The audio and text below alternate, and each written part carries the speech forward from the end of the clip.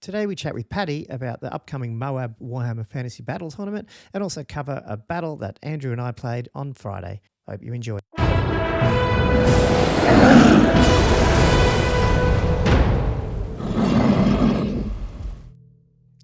Welcome to the Old World Fanatics again. This is another Warhammer Fantasy podcast, hopefully to quench your hobby thirst for all things the Old World. And once again, I'm one of your co-hosts, Gomo, and I'm joined again by Andrew and Josh. How is everyone today on this Monday? Doing pretty well. Thanks, Gomo. Yep. Well, we only just talked, didn't we? Because we had a couple of shows last week. Hopefully probably just doing weeklies, but you never know if we'll sneak another one in there. Yeah. And obviously, as you'll find out later in the show, Andrew and I actually caught up on Friday as well for a game. So we're going to talk through that. This episode, we're thinking, there's no news really because we only just talked on Thursday. So we're just going to chat around some hobby stuff if we've done any of that. But the cool thing is we also got Paddy on, who is a player out of Sydney who's running the Warhammer Fantasy Battle 6th edition MOAB tournament at the end of this month. So we got her on for an interview about that, but also just her hobby journey. And as you'll hear later in the show, some of the very interesting things she gets up to in the hobby. So that's going to be cool to listen to. And then, Andrew and I caught up for our battle, which we were plugging on socials there for a bit for people who are astute and listen to us and follow us on socials at, the Old World Fanatics. So we want to run through that. And I'm sure Josh sort of listened in. We were playing around with some tech on that, weren't we? Sort of half streaming it. And Josh actually did end up seeing most of the game in as little form as my it's like the thousands of kilometers away. Sort of worked, but like third umpire just sitting back and It felt like that third umpire. I was very limited in my ability to communicate with you because all I had was a tiny text box and I couldn't say anything. It was delayed. Reading off the stream. And we should talk about not so much that stream because that was just testing some things, but it's interesting. I think there's something there that we could maybe work on because I'm happy to spend a little bit to get better sound and all that. So we'll see how we'll chat about that as well, maybe at the end of the battle report. But outside of that, then guys, what did everyone get up to since our last week hopping? So I think I have been up to a little bit. Mainly I decided to I don't know, for some reason in the last week I was like, I want to start doing a bit of terrain again because it's been a while since I really worked on it. And I was going through my boxes and I found some really old sort of resin terrain pieces that I bought them years ago. It must have been like 2016 or something. And they've just been sitting in a box for all this time, and I'm like, that's it, I'm gonna do it. So there's like 6 little bits of ruins, just like fairly flat ruins, and then like a little statue guy. And so I probably spent a day just cutting out the MDF as a base and putting the resin in using some sort of modeling sort of putty or like sort of sculptor moldy type stuff. It's sort of like just a mixture of sort of plaster and paper, and just using that to fill in the edges and that kind of thing. And I'd recently got some more like just little random weapons and other objects from a Kickstarter, from Tabletop World's Kickstarter, which recently they've started been doing STLs as well as the physical resin stuff they used to do for years. And I was able to print some of that off and like to just spread it around a little bit on the terrain. Yeah, that'd be awesome. And just started like painting it up a little bit now. I've put a little bit of a photo of work in progress on the Insta. Might have to put it on the actual podcast one, I think, as well. But the good thing with that because I didn't see that, so that's cool. I think I just put it on mine, so maybe we'll try and put it on the main one. Wasn't sure how to cross them. Anyway, we'll work out that. Anyway, the thing I like about the ruins is it's hard to get like a lot of the ruins designs I'm finding on the internet were kind of like they were a bit too tall. Like they're all walls or they're sort of pillars and that type of thing. And it's like when you're using it in wargaming, you kind of want most of it to be relatively flat. Yeah. So you're talking about ruins that you could actually move through, like difficult terrain type thing. Not not line of sight blocking or anything. No, like that kind of thing. Just relatively flat. Yeah. So you could just plonk something on top. So you can just plonk something on top. Kind of just sit there. Yeah, sweet. Because I feel like it's really important part of it. As much as it looks nice, that it doesn't get in the way. Yeah. But I've had a bit more license with the statue because I'm using it as impassable. So I've actually put a nice little base on it with a bit of a tree on the side and that type of thing. We're gonna just fill that in a bit more and that's big awesome. bushes and stuff. Yeah. But yeah, that's what I've been doing this week mainly. And I'll probably keep working on it through to next week as well. I hope I'll have it nice and locked up that type too. Yeah. Cool. Sweet. Well, from me, I treated myself to some. Well, this probably isn't going to sound that great, but some proper cutters, hobby cutters, like plastic cutters. Real ones from Games Workshop, eh? No. Went outside of that. Went outside of the Games Workshop website and got. They're actually off eBay, funnily enough. They had all these ratings. They're like this Chinese one. I think they sell them on AliExpress, but I couldn't actually find them on there. And I was like, oh, here we go. But all these people were raving about how good they are. They weren't like super, super expensive. I think they're only 20 odd bucks. But before, I was only ever using like little tiny wire cutters from like Bunnings and whatnot. And like they kind of worked all right, but then I think as I get older and more sort of picky, I've just noticed like just to clean it up, you spend so much more time. You got like it kind of doesn't cut it like almost kind of like squishes it a bit. So I just found like I was putting together, well, funnily enough, some Skaven. We won't talk about that, but some Storm Fiends, and it was just taking ages. All the cleanup, I'm like, this is just garbage. Is that just from the bad cuts? From the bad cuts. Yeah. So, I mean, like I was maybe spending, 3 or 4 minutes on each little cut bit, just trying to clean it up. Right, so I just find like, now you get it so clean and so close. You spend maybe 30 seconds, and it's just, it's just one of those little extra things, I suppose. You don't appreciate it, or you don't sort of like think about it until you get more and more into the hobby, and then I suppose you sort of you hold your standards up higher and higher, and it's just like 10 years ago I probably wouldn't even care, like, but now it's funny. It's just I get so picky over these little things. Paintbrushes, like I find in the early, and look, money's part of it. Like when you're doing it cheap, you're buying cheaper brushes, maybe like army painter stuff, but then you're going through heaps. I use one brush, and I also heard the heavy metal painters use one brush. They use a size 3. I use a size 2, and that's it. So, right. And if you get a good brush, a good size 2 or 3, or like it can get as small. Because the funny thing with a brush is the tip on every brush is the same. It's how much how big the rest of the brush, the actual, in terms of paint holding capacity. Yeah. And so I did the same thing probably 4 or 5 years ago. I just started to go, well, it's time to upgrade to something better. And it was awesome. But before that, I was just using ones that ended up going crap after whatever, a few weeks or whatever. So did I see you got some new brushes for Father's Day?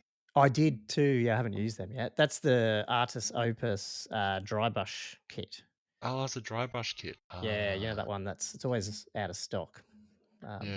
Yeah. Right. Looks like makeup brushes, and so I haven't.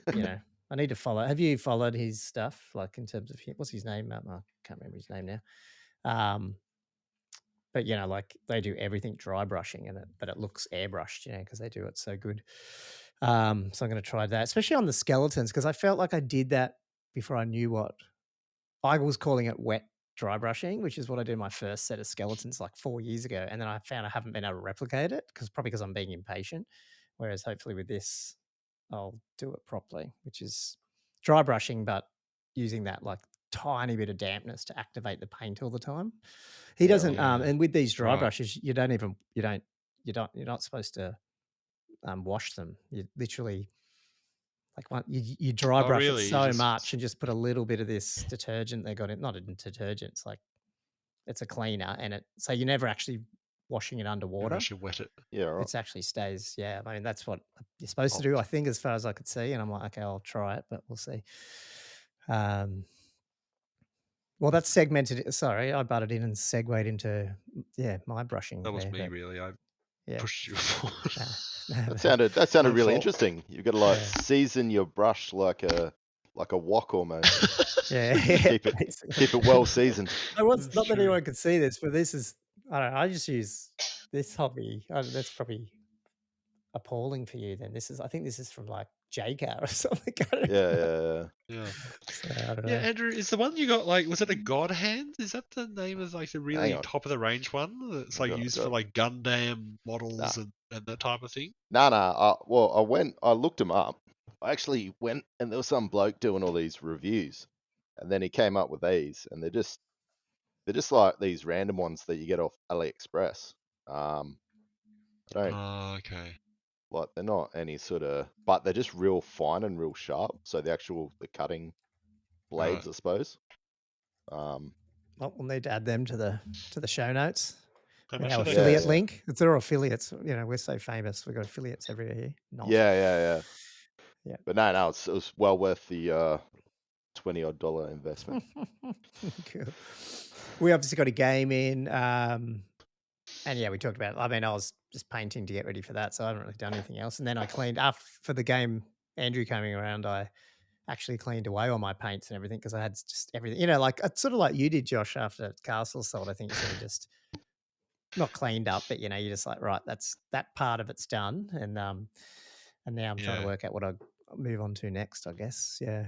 In terms of painting, it's very mentally helpful, isn't it? Just to clean out everything. And, okay, take a breath.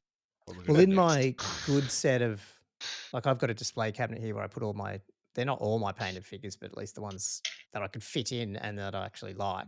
And out of all the Tomb Kings, there's just 5 skeleton horsemen that aren't painted in there. So I think I'll try out this week the dry brushes on them, even though I'll probably never use them just yet. But yeah, just want to, that way it'll complete me, out there. So, actually, speaking of terrain, though, did you guys watch Miniature Realms, like Stu from Miniature Realms video? I don't know when he posted it. Wasn't that long ago, about resurrecting the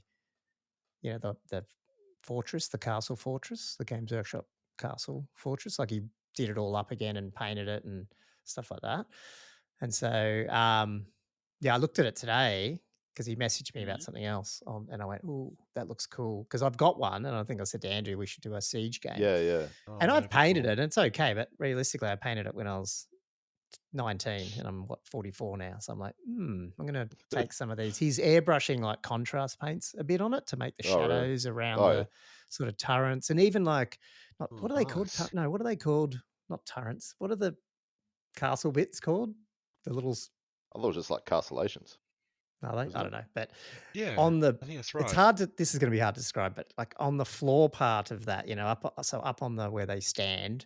Yeah. You could imagine that light comes through the sort of the bit cut out, and then the bit of floor that's behind the bit that's not cut out would see less light, so it's more moldy. Do you know what I mean? Like that type of. Yeah. So he's sort of airbrushed in that's this next level. And then when you see it, you go, "Oh, actually, that looks cool!" Like, Yeah. And he's done like vines and oily grime around. I'm like, that'd be cool. It's an easy dry brush. Sorry, not dry brush, airbrush. Sorry if I've been saying dry brush. So I might pull mine out and like weathering effects. Sort of weathering it with contrast stuff through the through the airbrush. God. So I might try that.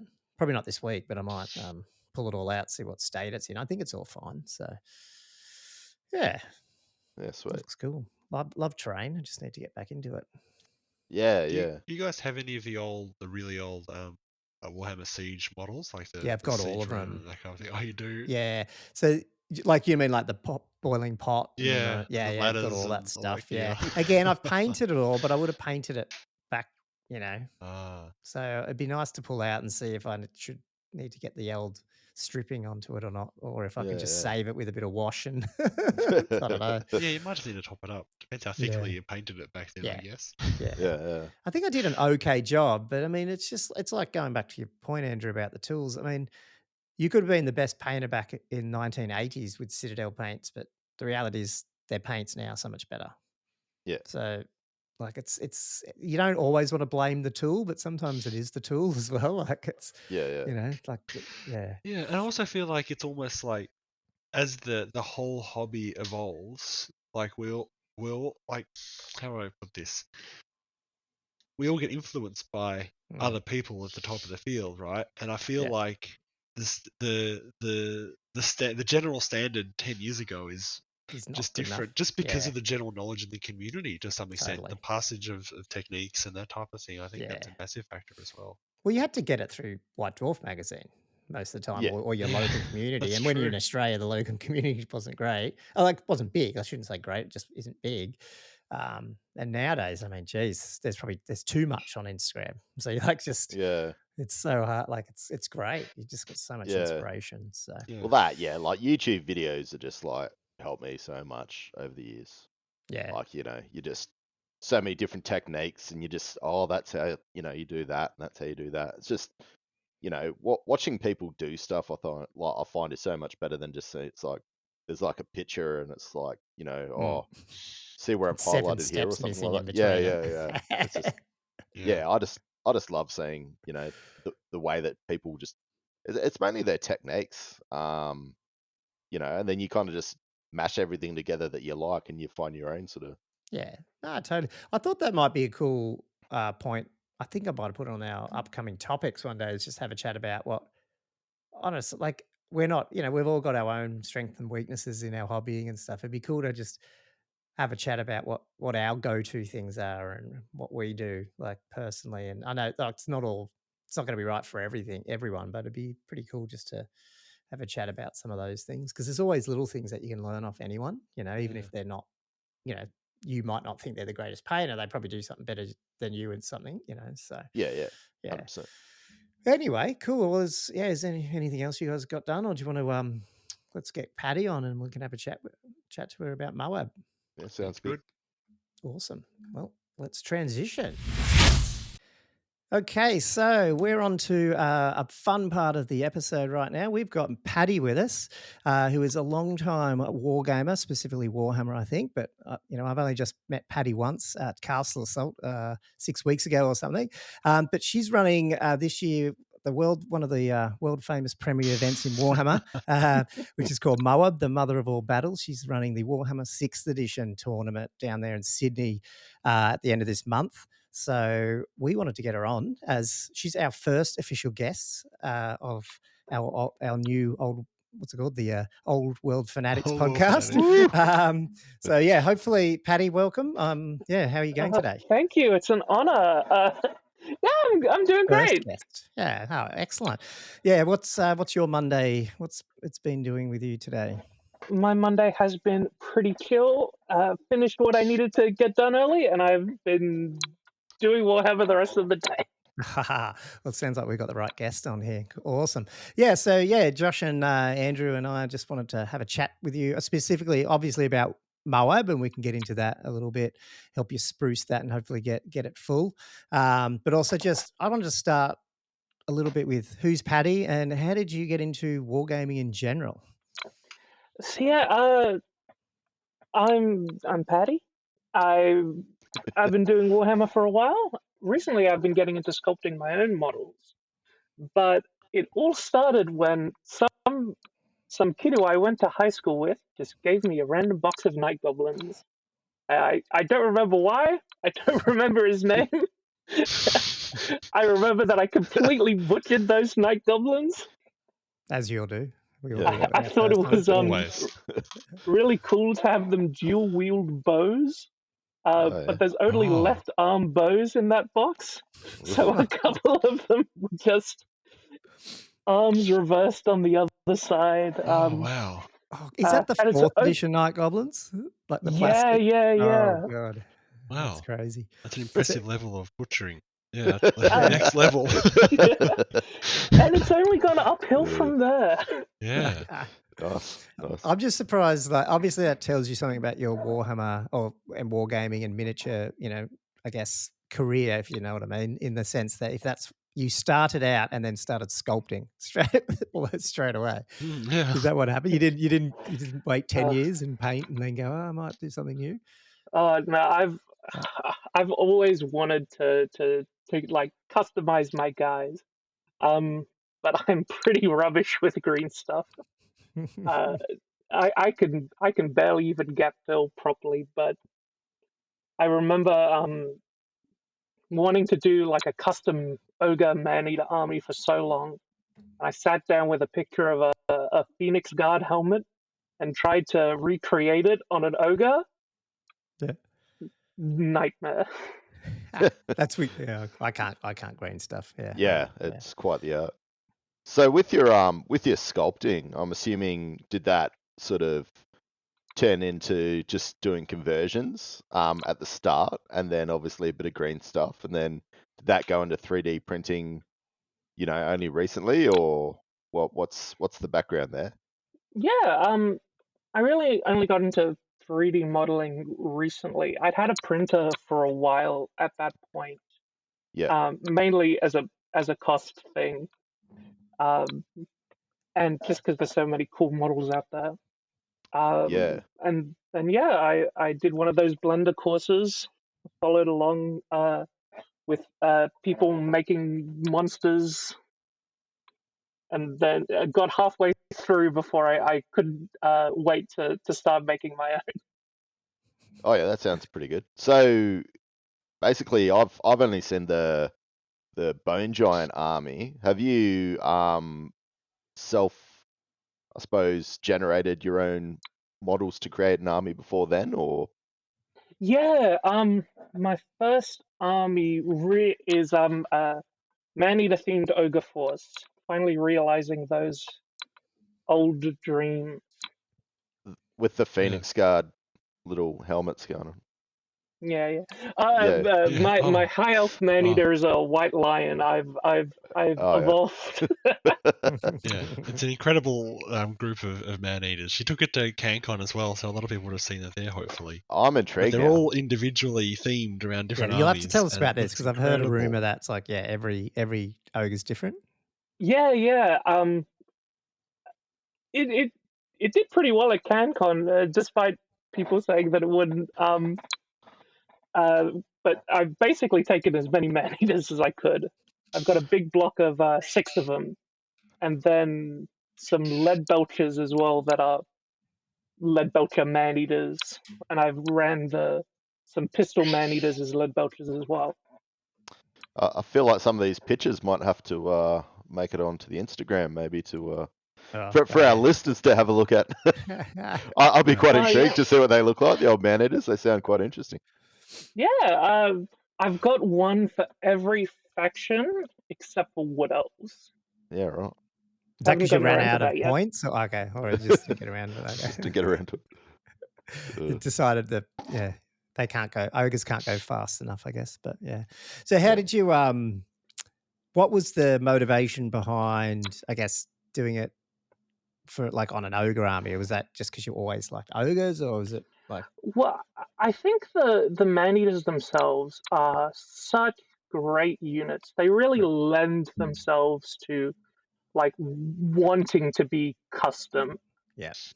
Like you see so many people out there who have got a custom man-eater or two, where they've slapped random bits on a normal ogre, maybe given him like the hunter head with the big beard and a bunch of extra accoutrements, and it's so easy to be inspired by, okay, here's this big stupid ogre, what's he doing when he goes to Ulthuan, or what's the lizard man ogre doing? And then you get into the full thing of, okay, yeah, they've ingratiated the culture, they've got all the accessories. They're dressed up. Yeah. How long does it take you to develop an individual character like that? Like when you're like, do you have multiple drafts where you're trying to build up this faction, to represent this faction? Do you try and put together a sculpt, then you print it off and you're like, oh, this is not quite right, I'll need to readjust this or that? Or how long does it sort of take in terms of development, do you find for each one? Well, the longest part is the actual sculpting. I find I get the ideas pretty quickly. I get the ideas pretty quickly sometimes. Sometimes they need to marinate for quite a while, but then I'll only like start when I've got the idea. But then a day or two of sculpting, half a day to print, and then however long it takes to paint up. And did you have to like build a? Did you do that and then build a list, or did you build a list? Oh no, I built the list second. Okay, right. It was a miracle finding the Ironskin tribe list that let me take Leadbelcher's as core. Right. Because most people have the problem of like, I have to build this, but then I have to paint these two figures or whatever, and you're like, I'm going to have to sculpt. You would have had to sculpt all these and then paint them as well. So it's good that you went the other way, I guess. But yeah. It's crazy. I wrote a list that I was like half planning to take to MOAB if there's like a buy game that I need to fill in for. Then I realized I'm probably going to be sculpting it for the next like 2 or 3 months. Like if I had all the figures in my hands now, I could probably get it done. But no. No. Is this a different list to what you previously ran? Yeah, this is what I'm currently working on at the moment are some an Amazon themed Dogs of War list. Yeah, right. That's got more figures than the ogres, I'd imagine, does it? Yeah. Yes. And more than the Bone Giant list. Far more than the Bone Giant list. The Bone Giant list was easy. I had to sculpt one Bone Giant and then change the heads. Yeah. How did your Bone Giant list go at Castle Assault? It did exactly what I expected it to. I played a couple of test games with it, and I either just completely stomp or I just get destroyed. At Castle Assault, I had, I think it was a 20, a 19, and a 17, and then a 1 and a 2. It's a polarizing. Yeah, that's funny. Was that matchup dependent, or was it more just how the dice sort of rolled out and things would either snowball your way or against you? 50-50. The first matchup was against Dwarves, and it was really unfortunate because the matchups were announced like 2 days before we played. So I had 2 days to stew about how I would lose to Dwarves. And like, okay, yeah, if there's a big piece of terrain in the center, I'm going to try to do this and with my deployment. And I just completely got destroyed. Yeah. But the other big loss, I still think he would have got me, but turn 1, Lord of Change flies in, zaps the main man with irresistible force, 7 strength 7 hits, and just disintegrates it. Is he the Hierophant? How did that work? I don't even know the rules. Yeah. So the army list for people who are curious is Sir NotNotMatt, who is a White Dwarf Bone Giant, who is basically just a Lich High Priest with Bone Giant stats that shifts all the animated constructs 1 rarity down and all the skeletons 1 rarity up. So the list was some Ushabti, some Scorpions, and then 4 Bone Giants and him. Yep. It's crazy. Yeah, right. Yeah, that's it. It's an interesting list. Yeah, I just Yeah, I've never seen anything like that. I didn't even know it was possible. And I think Kendall said the TO didn't know it was possible until you submitted it. The main benefit is it's very easy to transport. Yeah, true. And then which lists had you done well against then? It was Night Goblins, Chaos Dwarves, and Skaven. Wow. Okay. Yeah, right. But I don't know if I deserve the Skaven win because he blew his own bell up turn 1. It helps. Which was that? Was that Fury or was that who? How many? Yeah, I think that was Fury. The like classic or like old edition Skaven. Yeah, that's Fury's. Yeah. So he blew his bell up. Did you say? Yeah. Yeah. Classic. I think he appreciated the quick game though. Yeah. So would that mean that if you had a favorite army, or out of the classic Warhammer armies, would either of those be ogres or Tomb Kings, or have you actually got something else? Everyone's got there. Yeah, I think I've always got a soft spot in my heart for the old goblins, the old orcs and goblins. The Night Goblin guy, random. Yeah. Got you into it. Cheers to that random guy. I hope he's doing well now. But they're my favorite army to like collect. I've got a bunch of like the old Marauder. Yeah, it is Marauder. The old like orc villages. And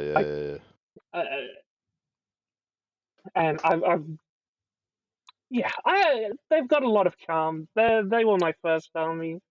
Yeah. So did you have a full completed army of them as well, or is that? Yeah. In various boxes around the place. So what else have you played then? Like, so if you're only sculpted ones, Tomb Kings and Ogres, and then the rest are sort of just normal but converted a little bit, or like what's? Yeah, there's a slow grow league running at Combat Company that I'm doing some Warriors of Chaos for.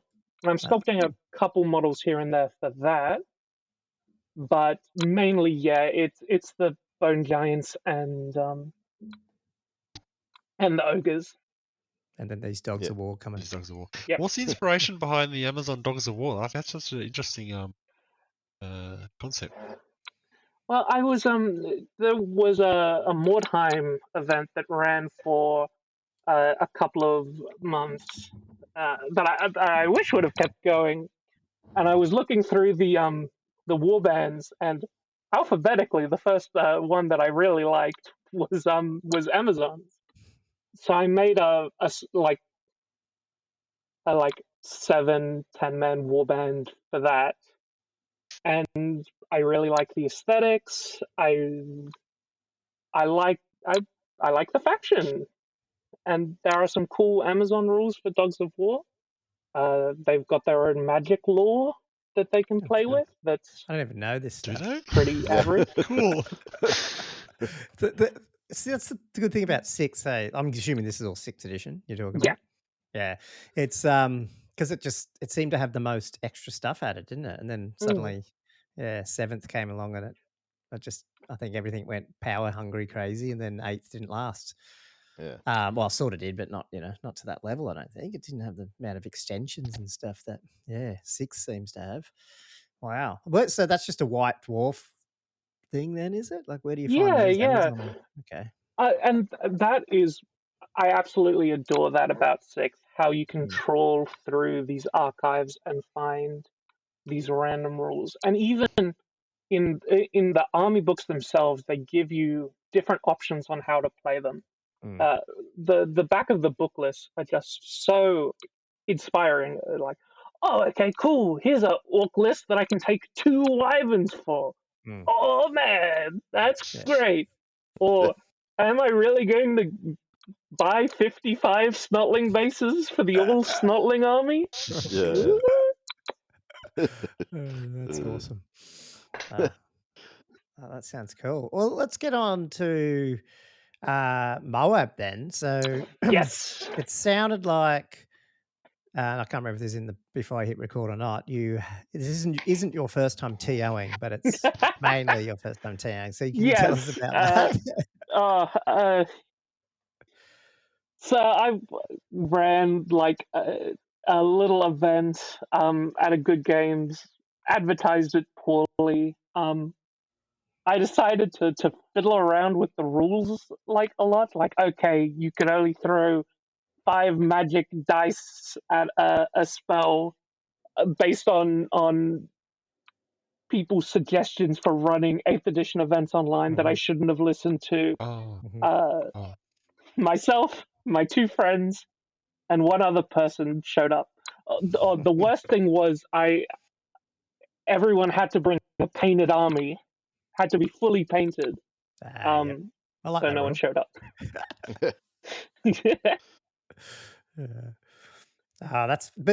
When was that? 5? So that was actually after. Hang on.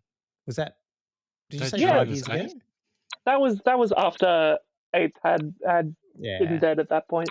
Yeah, so it's probably more that than everyone was a bit lost, I think, and playing 9th, and nah, that's fair enough, I guess. That's cool. So, but then it's led you to this. You're giving MOAB TOing a go. So, like, do you know much about MOAB's history? I sort of don't, but I know it's one of the well-known Australian. For our international listeners, give us some context. I will give you what limited context I know. It's a pretty cool event. A lot of games have run tournaments there. There's a lot of really cool local hobbyists that come and set up stalls, and you'll find such a cool selection of stuff there. Right. There's the bring and buy shop where I've heard stories of the people who got there an hour early on the first day and swooped up some great figures. Yeah. So it's part of a bigger convention? Yeah. It's not as big as like CanCon, but it still takes up this entire like hall. And it's a lot of fun. And I saw that. Are they running a Warhammer 8th as well? I didn't even realize that. Yeah. Really? So it's one of the 6th edition guys in the group who prefer. Well, I don't know prefers, but likes 8th enough as well. The 6th edition event is only on the weekend, the Saturday, Sunday, and then there's a cheeky 8th edition event on the Monday as well. Okay, right. Yeah, right. Because a lot of a lot of the people don't really want like a 3-day event for one game, especially if they're traveling any distance. It's a big ask. I don't think my brain could deal with that. Yeah. I'm just glad to hear it's on different days, because I was picturing that you guys are being like direct competition with each other and splitting the community.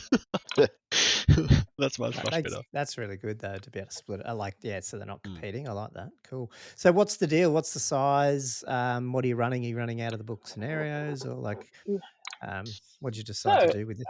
It's a little bit of a departure from normal tournament stuff. I couldn't help myself but fiddle around with the scenarios a little bit.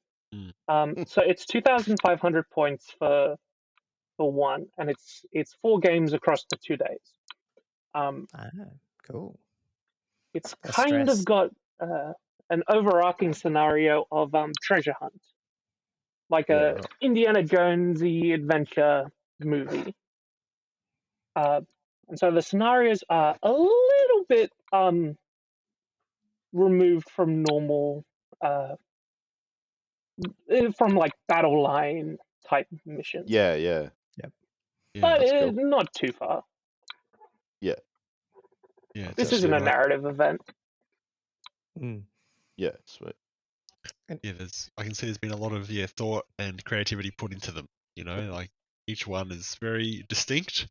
And like I sort of wish I was going, actually, because some some of them are the same machine, especially the second one where you've got all the bonus scores for fighting in challenges and that type of thing. I think it's really inventive. I think it's really cool.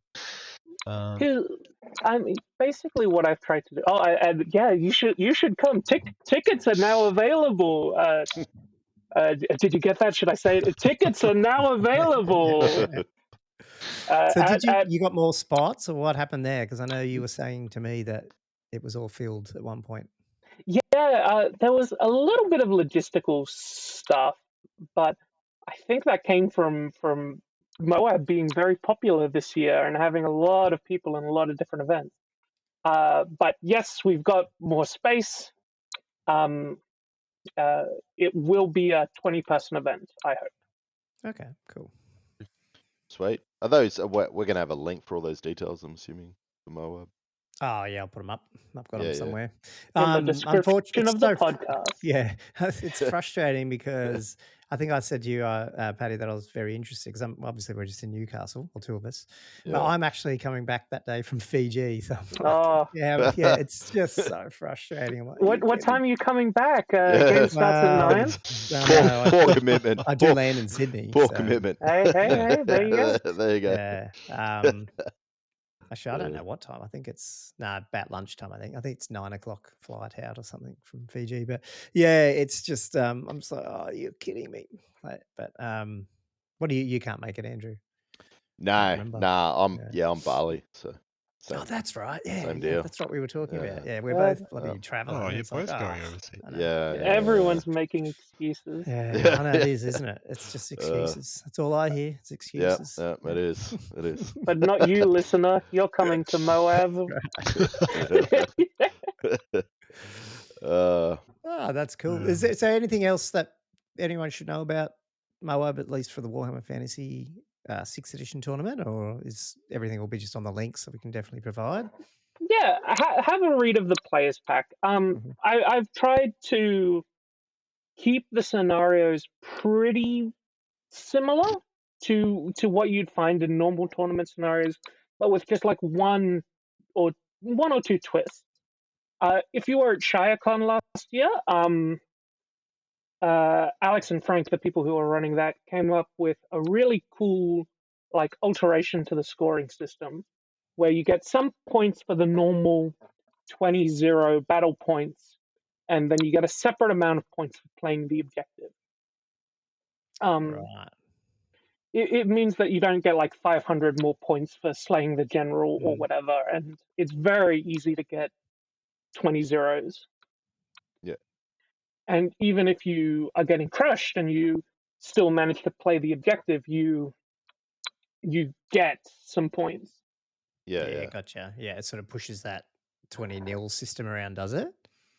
Yeah, so it's technically a 25-point system. Okay. Yeah. Right.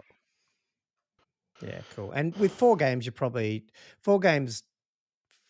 with 20 people, you probably need a little bit of variance potentially, maybe. I don't know. Who knows? Yeah. Yeah. Oh, that's cool. Awesome. Okay. Well, I mean, from the community and just obviously I just got back into 6th and Warhammer in general the last couple of months, to be honest, probably the last 6 months, but 6th edition the last probably 3. It's good to see it so popular and especially first time TOs. I mean, it's good that people like you are taking making the initiative and taking the initiative, I should say, to actually help out the community. It's good because we're going to need it. Obviously, it's been pretty fragmented and seems to be settling down, hopefully, and all, I can't wait for Old World to come out and for it to fragment even more. Well, I hope it doesn't, but it's a good segue into the next topic. I mean, I'd love to hear your thoughts on that. Yeah, we'll have 3 game systems fighting for dominance. I am nothing but optimistic for the Old World. Even if all we get are new models and the rules are absolute garbage, hey, we've got new models. Who would have thought about that 5 years ago? But I'm hopeful. I think it'll be really. I'm looking forward to that first tournament where no one's worked out what's good yet. and everyone's still testing out. No one really knows the rules yet, and it's just a big, fun, chaotic mess. That will be sweet. Yeah.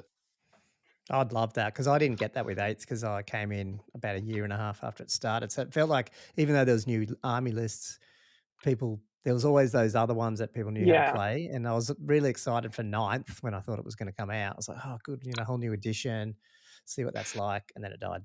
It felt a little bit like that going back to play 6 in a Yeah, way, true. because it had been so long.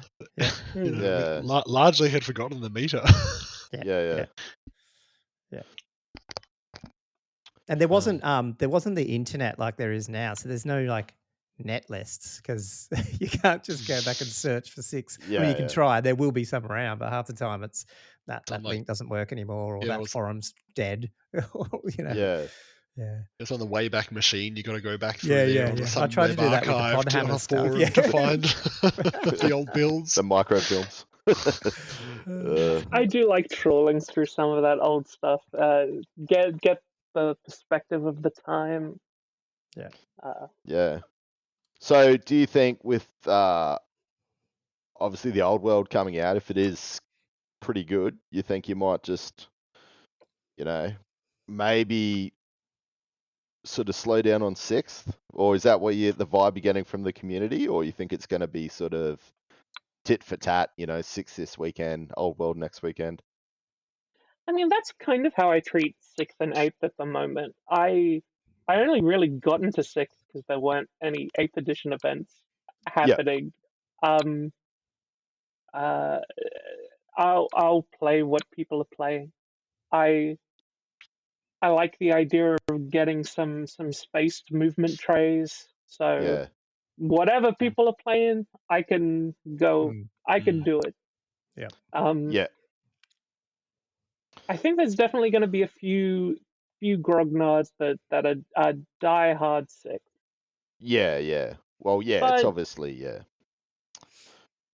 Get that. I think if feeling. Yeah, if the rules are good, and the main thing I hope is that there's support for it. Like if there's even half as much support as there is for Age of Sigmar at the moment, it's beautiful. Yeah, it would be nice to see, like, right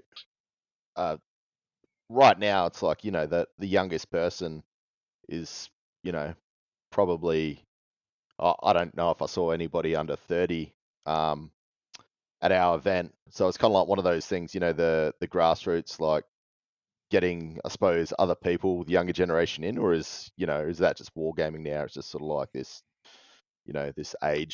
this aged thing, because you do see Age of Sigmar. Fine wine, is that what it is? You got to start. Yeah. You got to start with the cruisers, the AOS, and the. I don't know. They call it the old world for a reason. Yeah. There you go. Yes. Yeah. I like to think, even if it is that, Andrew, that there's still a good 30 years left of it, so I'll be right. Oh yeah, we got 30 years left. We got 30 years until I can't paint and move and stuff. So. Just hope. I hope the retirement home I go to has good terrain at least. Oh, they will. That's the thing. Yeah. It probably makes it feel a bit better if everyone else is the same age. Really, you don't really want to be suddenly playing in someone who's suddenly 15 years younger than me or something like that. It's all good. As long as you beat them, there's no problem. It's fine. Everything is right with the world. That's true. I did see, Daz had his son playing most of the time, so that's part of for us parents trying to get them in. Although I've tried with my daughters, it didn't work, but I'll keep trying. Just keep hammering away. I think there might be like 2 peaks to the curve. It'll be our generation, and then like 30 years younger, the next the children of this generation. Yeah, probably. I mean, it happened with my dad used to play like Ancients. So that's probably how I ended up in it. So, cool. No, well, I mean, so you sound like us. Like we're pretty hopeful. I think hopefully a lot of people are. I mean, I know there's the usual griping on Facebook, whatever, and stuff, but I think I'm with you though. I'm always comparing Horus Heresy. I can see, even though it's a secondary game, it's getting support, it's getting some new models. It's they are looking after it, and if they do that with the old world, that's a hell of a lot more than they did with 8. So I'm hoping that that'll make it survive. I think if there's one thing you could put money on is that people on Facebook are going to be whinging about it, regardless, good, bad, somewhere in the middle. Yeah. Totally. Just like everything. Yeah. Well, we don't know when it is. I was talking to Patty. She was hoping for a Christmas present. But yeah, I guess we're all still just going to have to wait and see. Yeah, I'm still suffering under that delusion that it's going to be out for Christmas. Yeah. Low expectations is the best way of approaching this. And enjoy 6 in the meantime. Yep. That's what we talked about last time. Cool. Well, yeah, Patty, well, thanks for coming on. Do you got anyone else got anything else they want to ask Patty? Or Patty, do you want to sort of spruce any socials or anything that you've got, or we can just put some links in the show notes? I'm pretty quiet on social media, but I am looking to change that soon. I'm planning to release a ton of man-eaters on Kickstarter soon. So if you like my models, if you're intrigued, you might be able to pick some of them up. They won't be called man-eaters though. They'll be called eaters of men. People feasters. Yeah. Human consumers. Yeah. That's a really good idea, and hopefully that goes really well, and we'll definitely be looking for that. And I'll definitely do that for sure. If you're looking for me, I also go by Mercenary Miniatures. Okay, cool. No worries. Well, yeah, thanks for spending some time on your Monday night with us. I know. Thank you. It sounds like you love chatting Warhammer as much as us. So. And it was good to meet you for the first time the other. Not that I caught up a little. Maybe we both played Tomb King, so I did come over and have a look. So hopefully we'll see each other at a lot more events, especially when I can make them and not have poor excuses like I have this time. But, cool. Well, anyway. It's been an absolute pleasure. Thank you for having me. First in what I hope is a long, prestigious list of guests. But I am forever at the top of. Thank you very much. Yeah, that's exactly. Thanks, and good luck with MOAB as well. And let's get you back on after it, and we'll have a chat about how it went. Yeah, either a shining success or a disaster podcast. If it goes like that, an autopsy. No worries. It was great. I'll we'll talk later. Thanks a lot. Sweet. See you then. Oh, well, that was awesome. That was thanks for Patty for coming on there. So it's a bit of a shame, Andrew, that we can't get down, but actually, it's an excuse. But I'm gonna love getting over to Fiji and having a break. Yeah. I don't think we're going to be thinking of too much Warhammer. No. Awesome, cool. Okay, well, we're going to talk sort of hobby. If someone got some noise, I don't know what that was. Oh no, just banging. We're going to run through our game, I think, guys, in terms of and see what Josh thinks of our game that we played the other day, Andrew. Yeah, sounds good. That sounds good. Cool. Okay, so Tomb Kings versus Dwarves. We had a 2,000 point game. Sort of, I guess we kept it 2,000 because we had just finished Castle Assault, and we're not going to MOAB, so there's no use doing a 2,500. And I like 2,000. It sort of makes you sort of limit stuff, Yeah, and good for an evening game. Yeah. Yeah. Yeah, it's a good size. Yeah, it's intense. Got to get all the parts working together. You've only got so much you can do. Is there like an official point size? Like, is in like an official, unofficial? Is it 2.5? Is it? I have no idea. I think 2250 is probably the level that was probably most common by the end of 6 back in the day. I think that was seen as the level that somewhere in the middle. It wasn't too much, but at the same time, you could get a few more toys in than you could get at 2000. So I think that became the general preference. Yeah. Whereas I think 2000 was the go because everything was so much cheaper anyway. I thought 8th did 2400 a lot, wasn't it? Yeah. I can't remember. Yeah, there was some, but there was mostly 2000. Was it? Yeah, it could have been. Yeah, I can't remember. Because even at 2000, like the core units are so much cheaper anyway. Yeah, you ended up with quite large armies. Yeah. But yeah, I think from thinking people that were who were around back in the 6th edition, they would say that 2250 is I think you're right because I've seen a few of those pop up. So, Yeah, right. cool. So we did that. We'll run through our lists, I guess. We probably have to have a caveat right at the start. Is that right, Andrew? With your list, do you want to? I'll run through mine first. Yep. All right. Because the only reason I say that is we're running through battle report pictures, which I might put up on my Itchy Nuisance YouTube channel. So we're just going to run through those battle report pics. Obviously, you're listening to this, you can't see them. So we're not going to go through every picture, but we're using it a bit of a guide. So basically, we ended up pretty much battle lining across. I guess on the battlefield, let me just have a look. What do we got on the battlefield in terms of terrain? We did scatter the terrain, but we ended up with like one side ended up with a hill to the, I guess, one side on the left. Let's just say it's the left. Little stone outcrop sort of in the middle of the table, impassable, and then a forest to the right. And then the other deployment zone had a hill in it, but it scattered sort of out of the deployment zone forward. It was in the middle of the table. Hey, so it's like, I guess when we rolled for sides, the 12 inches was like smack bang in the middle of that. Yeah. And it had a little bit of impassable terrain on one of the edges. The edge of it. Yeah, right. Which made it a bit. It's kind of an awkward hill. Like a dwarf, you always love a hill, but this was like and kind of couldn't fit everything on it. Yeah. So I took the other side that didn't have that issue, so that was good. Yeah. And then there was there was another wood on the same wood as your side, so two forests pretty much right next to each other.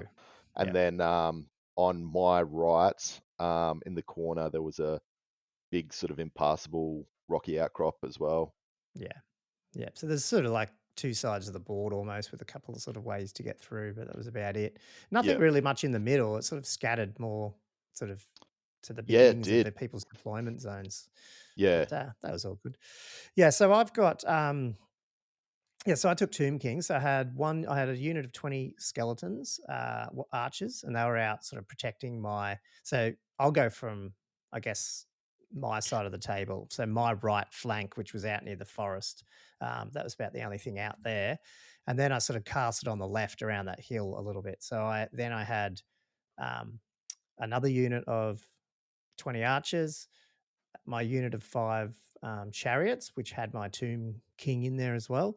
They had the banner, which is what I took to Castle Assault. Basically, that banner, Mirage Standard, I think it's called, where 5 up ward against non-ballistic skill shooting, or it's really for good. ballistic skill shooting, you got to reroll your hits.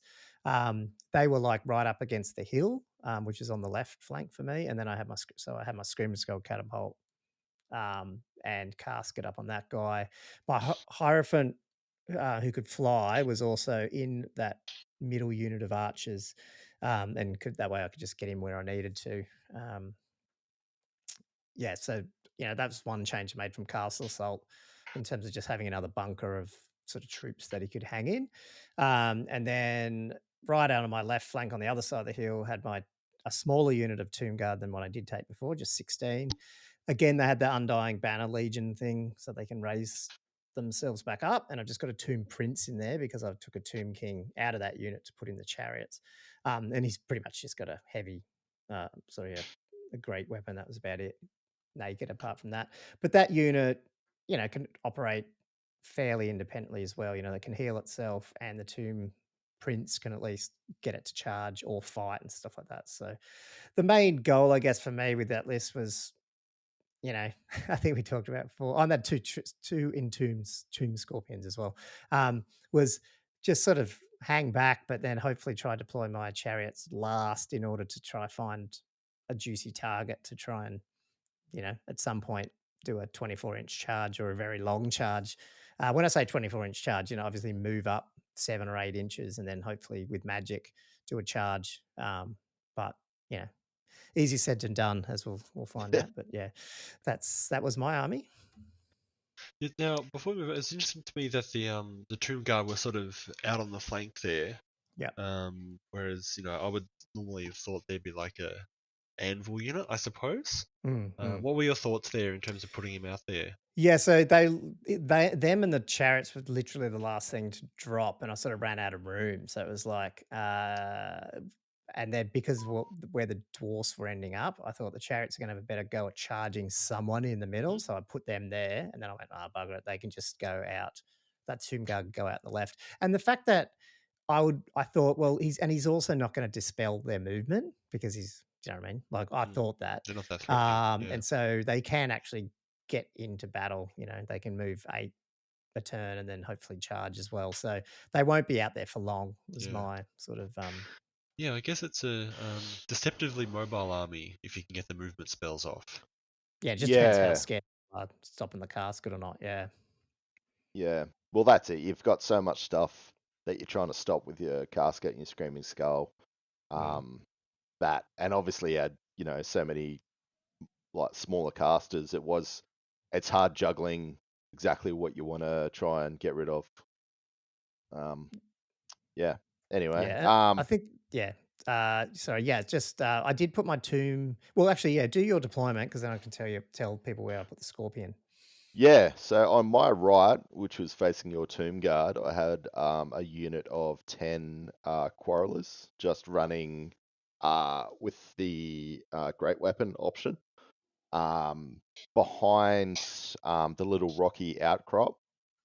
Basically was kind of shielded from a lot of things. Mainly, I was trying to stay out of the casket's little line of sight. Yep. And to a lesser extent, I suppose, the Screaming Skull. I'm not too sure if I was 100% in the line of sight there, but anyway, I had my Rune Lord with Anvil. Oh yeah, before we get into it, with my list, a little minor boo-boo. I took 2 Lords. Didn't even think about it. That was all the Skaven scheming. Yeah, I know. All this scheming, and I just completely. That was so funny. You handed your list over and I went, I don't think you can have 2 Lords. And they were like, well, maybe you can. Maybe it was a White Dwarf thing. And Yeah. We checked. It's like, no, you can't. Straight up, just, list destroyed. So anyway, yeah, there's Rune Lord on. You played it anyway. We played it. Yeah. Might as well. It was fun. Yeah, it's all good. Next up, we had a Grudge Thrower. So I bought 2. This one just had the reroll the scatter dice. So that's they're quite potent with the reroll. And yeah, Josh, that's proxy, just so if you don't get confused. The cannon wasn't a cannon. Yeah. So I've got a second Grudge Thrower coming. Oh, right. Yeah. Next up, I had next to that, so everything's just in a long line, just deployed pretty much 11 3/4 inches, staying out of that 24 range. Just all in one big line. So next across, and these are all like pretty much back to back. So you can imagine like everything's pretty much spaced, an inch apart. I had a Bolt Thrower, strength 7. That's pretty good for taking down chariots. Work, pretty good in Castle Assault, couple of chariots here and there. And then next to them, I've got 12 Slayers, just stock, nothing in there at all. I've ran it a little bit larger before, and that worked a little bit better for me, so I might tweak that later. So these were across from the chariots at this point? Yeah, directly across. Yeah. So basically, most of this stuff could fire at, 90% of Gomo's army. And then the next to my Slayers, another inch over, I've got my second Grudge Thrower. This had the rune for reroll a scatter and +1 strength.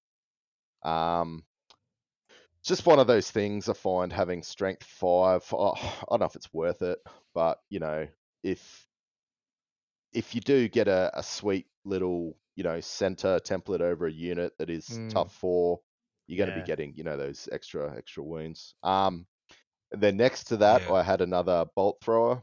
Don't know why I'm taking 2 Bolt Throwers, but I am. They're just so cheap. They're like 45 points, so why not? And then next to that, on the start of this hill, so this is the problem. I would like to put all my artillery and stuff on a hill, although I have found previously that they are a juicy target for flyers and things to come in your backline, ambushes. I have had problems finding a solution other than spreading everything out to defend those, because usually most people are going to deploy in a bit of a blob anyway. So to get line of sight to that blob, a lot of the time you are sort of forced to put these war machines together, which is a bit unfortunate.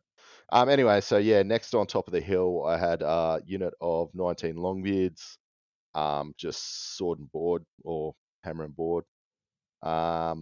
And then right next to them, I had a unit of hammerers, which had my Lord in it. He was running 1-up save, rerollable, anti-poison, anti-killing blow. They were immune. The unit was immune to fear and fear and terror. Yep. Took that banner, and the Lord also made him a little bit killy. He had +1 to hit, and he had the rune that makes it a great weapon. So it would have been nice to have 1 extra attack in there, but I mean, it's pretty expensive. And so your hammerers were also stubborn. So you've got this unit that is stubborn, and then you got another unit that immune to psych, basically. Yeah, exactly. And then you got slayers in there as well, so they weren't moving quickly, unless you failed a stubborn roll, basically. And then so I was running no BSB, thinking possibly so the anvil can give you something similar to a BSB if you roll high enough, with the reroll for break checks as well. So that was my reasoning not to take a BSB. Plus, I didn't have the points. You're running the second dwarf book. Is that yeah, right? I'm running the second book. Yeah. And then to my left of that, the left of the hill, there was another unit of 12 slayers, and then there was finally another unit of 10 quarrelers. I ran the quarrelers long, so they could all shoot. I found that castle assault, I was only running them 5 wide, and I was only getting 5 shots. So I thought this time I'll run at 10 wide and just see if they're worth taking, really. I'm not a huge fan of thunderers and quarrelers, but yeah. And so these were across from what the other archers? 20 archers, which I had spread out a little bit too. I think there might have been 14 and then 6, I think, just because that impassable got in the way anyway. Andrew's side, his right-hand slayers that are in between his 2 war machines, I put in 2 markers, probably, I don't know, what was it, 2 inches forward, right in front of them. Pretty so close, just thinking at some point they're going to land somewhere around that area and hopefully get into his war machines. Damage. Yep. The slayers will make short work of them, but it is what it is. And then Andrew won the turn for turn 1. So is there anything there you want to cover in terms of what your strategy overall was, or we just get into it? So basically, we can get into it as a sort of turn 1, I suppose. You'd pretty much work out what I'm doing. But basically, you kind of had 4 sort of anvils, choppy anvils a bit. So I was hoping to get charged by either, any one of your big units into either the slayers, the hammerers, or the other slayer unit, and then hopefully have the ability to flank from one of the other units. The Longbeards were hanging back a little bit, just because they're not stubborn. And Longbeards aren't. They're alright in combat, but I have had them run before if you do enough wounds to them, just because they're not stubborn and they only put out 6 attacks in the front rank. So without a character in there, they're not fantastic. Me being me, I was looking at those 2 blocks, just going, I don't know who's better, and I don't want to touch them. I'm so scarred with big blocks of dwarves, but I don't know. Maybe it's just if somebody puts a character in there. Like I've had people come in with characters, and it's one of those things. As soon as you got a character in there starting to add wounds on top of just the standard unit, I think that's what really sort of racks those sort of combat res points up. Basically I moved up with my slayers. I moved up with my Longbeards and my hammers, and I was sort of, I suppose, semi-baiting you into a charge, but I had this idea of what I was going to do, as you know. So what I've done, I thought, well, this is the problem I had, is that chariot unit was quite deadly, and I didn't know if my 12 odd Slayers were going to be able to basically absorb that many wounds. So, it was a gamble, but we'll see how that plays out. Yeah, well, the other thing too, sorry, I did miss another magic item, the Tomb King, because he has some magic item that gives him the toughness 5, but he also had the Chariot of Fire, something, enchantment or whatever. So his Chariot has D6 plus 1 impact hits. So the unit in the 3 wide as they were was doing D6 plus 2d3 plus 1 strength 4 hits on the charge. So depending on how good you rolled, how good I rolled, it potentially could take a chunk of dwarves out. Yeah, well that's it. You could lose 6 or 7 just on the bloody impact hits, potentially. And then if you can get a fight off, I've got 6 horses. Yeah. And 1, 2, 3, 4, 5 attacks plus then around the combat. It was pretty dicey. So yeah. Well, that's it. And obviously, so. But anyway, we'll see how that one went. But yeah, so in shooting, I basically got off. I think I started with the anvil. Yeah, and you got that half movement thing. So I got off the half movement, and it's what is it? D6 strength 4 hits or something. Yeah. I don't think it did much in the end. I think you took a chariot. Maybe you did a wound and then you took a chariot off with something else. Well, I was shooting everything at it. Basically, this is my big problem with. I think it was turn 1 and my strength 7, misfired. Oh. So I lost my good straight away, and it was gone for 2 turns. Is that the extra strength reroller one? Yeah. Yeah, the grudge thrower. And then I think my other one hit that turn, but it didn't do. I took a chariot off or whatever it was. I think you got 2 wounds or something, but then obviously it wasn't 8 a lot under the whole 7, so it took it off. Yeah. Right. So he lost a chariot or whatever it was, but there wasn't. You're getting D6 wounds. That's what I was hoping for. I'm like, if I get even some partials in there, maybe I could knock off 2 chariots, from a grudge thrower. But yeah, obviously that was the thought, and I got 1. It's not too bad. Yeah. So other than that, my other shooting was archer. it was Koalas was shooting at your archers, and then I think I was doing a bunch of shooting at your casket. And he went for the casket, but just hit the casket, I think. I hit the casket that many times it wasn't funny. Yeah. So that was that. So that was a bit of wasted shooting on that side. But yeah, that was pretty much that turn, wasn't it? So infantry was all Like if you're shooting at the tomb guard, I feel like that unit's gonna regenerate itself. Really that's the problem you've got. So there was no use shooting that because that the banner goes off first and instantly, so it's always going to heal stuff, and you're not going to dispel it, are you? You're not going to waste a dice dispelling it. Nah, well that was the problem. I had those limited. I sort of came in thinking, all right, I really need to get rid of this casket straight up. But at the same time, I was trying to keep your chariots, a little bit subdued, I suppose. But that's the problem you've got, isn't it? Yeah, so I didn't. So yeah, went into Tomb King turn 1. I did, like I said, I moved those Tomb Guard up 4 inches as much as they could, and I moved the chariots up about 3 inches or something, or 2 inches, just enough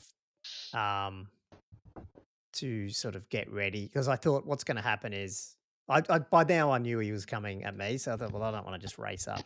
I might as well see what I can do with at least another round of shooting. So I just moved up a little bit in case I wanted to do a full move with magic down for next turn and then charge. So that was about it. I don't think anything else moved. Is that right? No. And then I would have gone through and tried to get. I'm trying to think. I probably would have made the archers shoot. I think I did, and maybe tried the slayers. And I don't even know if I got one. And then I made the catapult shoot, and got a hit on your Longbeards and took off some. Yeah. Yep. So that was good. That was it. So that was in magic. And then my actual wizards, like the Hierophant or one of them, healed the chariot back. and I think you dispelled the casket. And here's another shot. So what was that? That would have been shooting now. So then I've gone for shooting, and it diverted, but still killed a couple, I think. Yeah. So your first one, I think you had the perfect point for the Longbeards, and then it scattered those 4 inches off and hit the hit the hammers anyway, or whatever at the back. Took 2 off. It must be nice having multiple shots a turn. You can really get your eye in. It's so like, I'm like, hang on, is it magic or shooting phase? What is this? You get totally confused what phase it is. So no, I did get a couple. And look, with dwarf units, if you can take a few off a turn and you get them down to just 10, then they're much more manageable, I guess, in terms of what they can do. And I think after that, you decided, your turn 2, you started moving up. Very aggressive dwarf movement. I know, it was like, running across the board. Yeah, 6 inches at a time. So pressed in a way, like I was saying before, where I was trying to basically be able to absorb a charge from, let's face it, the chariot unit into any one of those units and hope that they would hold. The hammers were pretty solid. Obviously, I lost a few of the slayers, I believe. So they're a bit funny. And then same with the Longbeards. I just wasn't entirely convinced that they were just going to hold. But, what are you going to do? So we press forward. Shooting. One question: If the grudge thrower hadn't misfired, would you have still felt the pressure to advance, or with that extra firepower, might have actually felt like he could outshoot him? I tried that. So Colin and myself had a similar-ish matchup, I suppose, and I can't shoot enough, basically, that he can't regenerate back. Yeah, right. And then I found that last time that he was just whittling me down. You lose 3 or 4 here and there, and then a couple of turns in, you're like, oh, I'm missing a rank and a half. So it's actually a really difficult matchup for me. I don't know if people in general for dwarves have got problems with undead just bringing themselves back. But anyway, I think I did get it back up again, didn't I? My the anvil. Yeah, you did another shot at me. Yeah. Took another chariot. You just kept taking that one chariot off, and then I kept bringing it back. So I wasn't doing huge amounts of damage. I don't know if it was this turn where I misfired again on my other. Yeah, it looks like you did. Yes, that's right. You misfired on that one as well. Yeah. The other grudge thrower. I think that shot was where I had it. It was maybe. like smack bang in the middle. Yep. And then she misfired. So now I've got two waiting. And then I started plucking away with my. This is the problem: I started shooting him with my bolt throwers. But then I've got to re-roll successful hits, and then obviously he's getting a 5-up ward from my. So he's really good against shooting. Like it's just one of those things. And then one of my bolt throwers, I thought, stuff it. I'm just going to start shooting. I think it was just shooting his casket, but just kept missing. So well, that was that. And then I think it's up to Colin's turn, wasn't it? I don't know what this is. That looks like you did hit something. You did take off a chariot that turn, so I'm not sure. That could have been the anvil. Could have been the anvil of the bolt throwers. Could have been. Then Tomb King turn 2. My left scorpion from my side, which was closest to his anvil, actually came up. I think it was a full hit, so basically I could just charged into his disabled grudge thrower with an overrun that would take me into the anvil. Actually, I did find a FAQ on that yes, once the crew are gone, the war machine, you can leave it there, obviously, what I was saying, because you can recrew it, but it doesn't hinder any movement in terms of overruns and all that. So so you can just ignore it as long as the crew are dead, which is cool. Unlike the other pursuit I did later in the game. But anyway. So then my Tomb Guard moved up as much as they could. And because I've got this 4-inch, so I've still got this half movement on my chariot. So I could generally, if that wasn't there, I could have charged those Slayers now. Well, not charged them, but I could have risked. This is the thing. Do I risk move up and hope to get a magic off? Because he's going to throw his Dispel dice at that. Yeah. So it's one of these things that even though you feel like you've got the power to do it, in this situation, it's pretty risky because I'm going to get flank charged. So. Well, I had 7 dice, yeah. So. Yeah, 7 dice. And I'm only being able to throw 2 dice at that movement spell. Yeah, and you didn't have any pressing need to do that either. Like you've got him coming towards you. You can afford to wait and be more cagey anyway. Yeah, so that's basically what I do. Just sat there. I think I don't even know if I moved. I can't remember. Probably tried to shoot some. I don't think I've killed any Slayers have I over there. I can't remember. On the right, there was a couple. You did whittle me down very slowly. Whittle. Sorry, yeah, you've got that rank. So I have been whittling them down. That's right. Yeah. I'm just seeing if anything was there. No, I don't think anything happened on that shot. Yeah, so my Scorpion went into the Grudge Throw, killed them, and overran into the Anvil. So at least now he's not going to be able to stop my chariots from moving now, which is good. Yeah. And then that was my turn, really. I think you did stop the casket. It didn't, did you? I don't think it did anything the first 2 turns. Yeah, I might have taken a few Quarrelers off and stuff at one point, did it? Yeah, I think I stopped it the first couple of turns, and then there was just too much going on, and I just had to let it go off later. And it started to take your war machines off. Yeah, it started hitting my war machines. Yeah. So then your turn 3. Yeah. More forward. Yeah, so my turn 3, this is sort of where I was really trying to push everything close together in a way where the Longbeards could just sneak through that hole. So basically, I positioned my Slayers forward, and then I also moved my basically my hammers forward, and they were both sort of staring directly at your chariot unit. And then I had my Longbeards, just a smidge back. But there was enough room where the Longbeards could sort of still charge through, and then hopefully, depending on how you ended up, they might be able to get a flank. Just depends on how you put the chariots. Like obviously, if you went more to the right, obviously looking at this picture now, you couldn't have. I couldn't have got a flank off, but we'll see where we end up. But basically, that was my plan. Was hopefully let you charge. I mean, I was running out of Slayers at that point. You got 9 by the look of it. Yeah. So this was sort of the problem. Was going to be if you charge, there's a good chance you're just going to blow through them. And I was kind of, left with the hope of the prospect of a short overrun, or the fact that you were just going to overrun into my Longbeards. But yeah, we'll see what happens out of that. And yeah, my Slayers kept moving up on my left flank at your skeleton archers that kept just slowly pipping them off.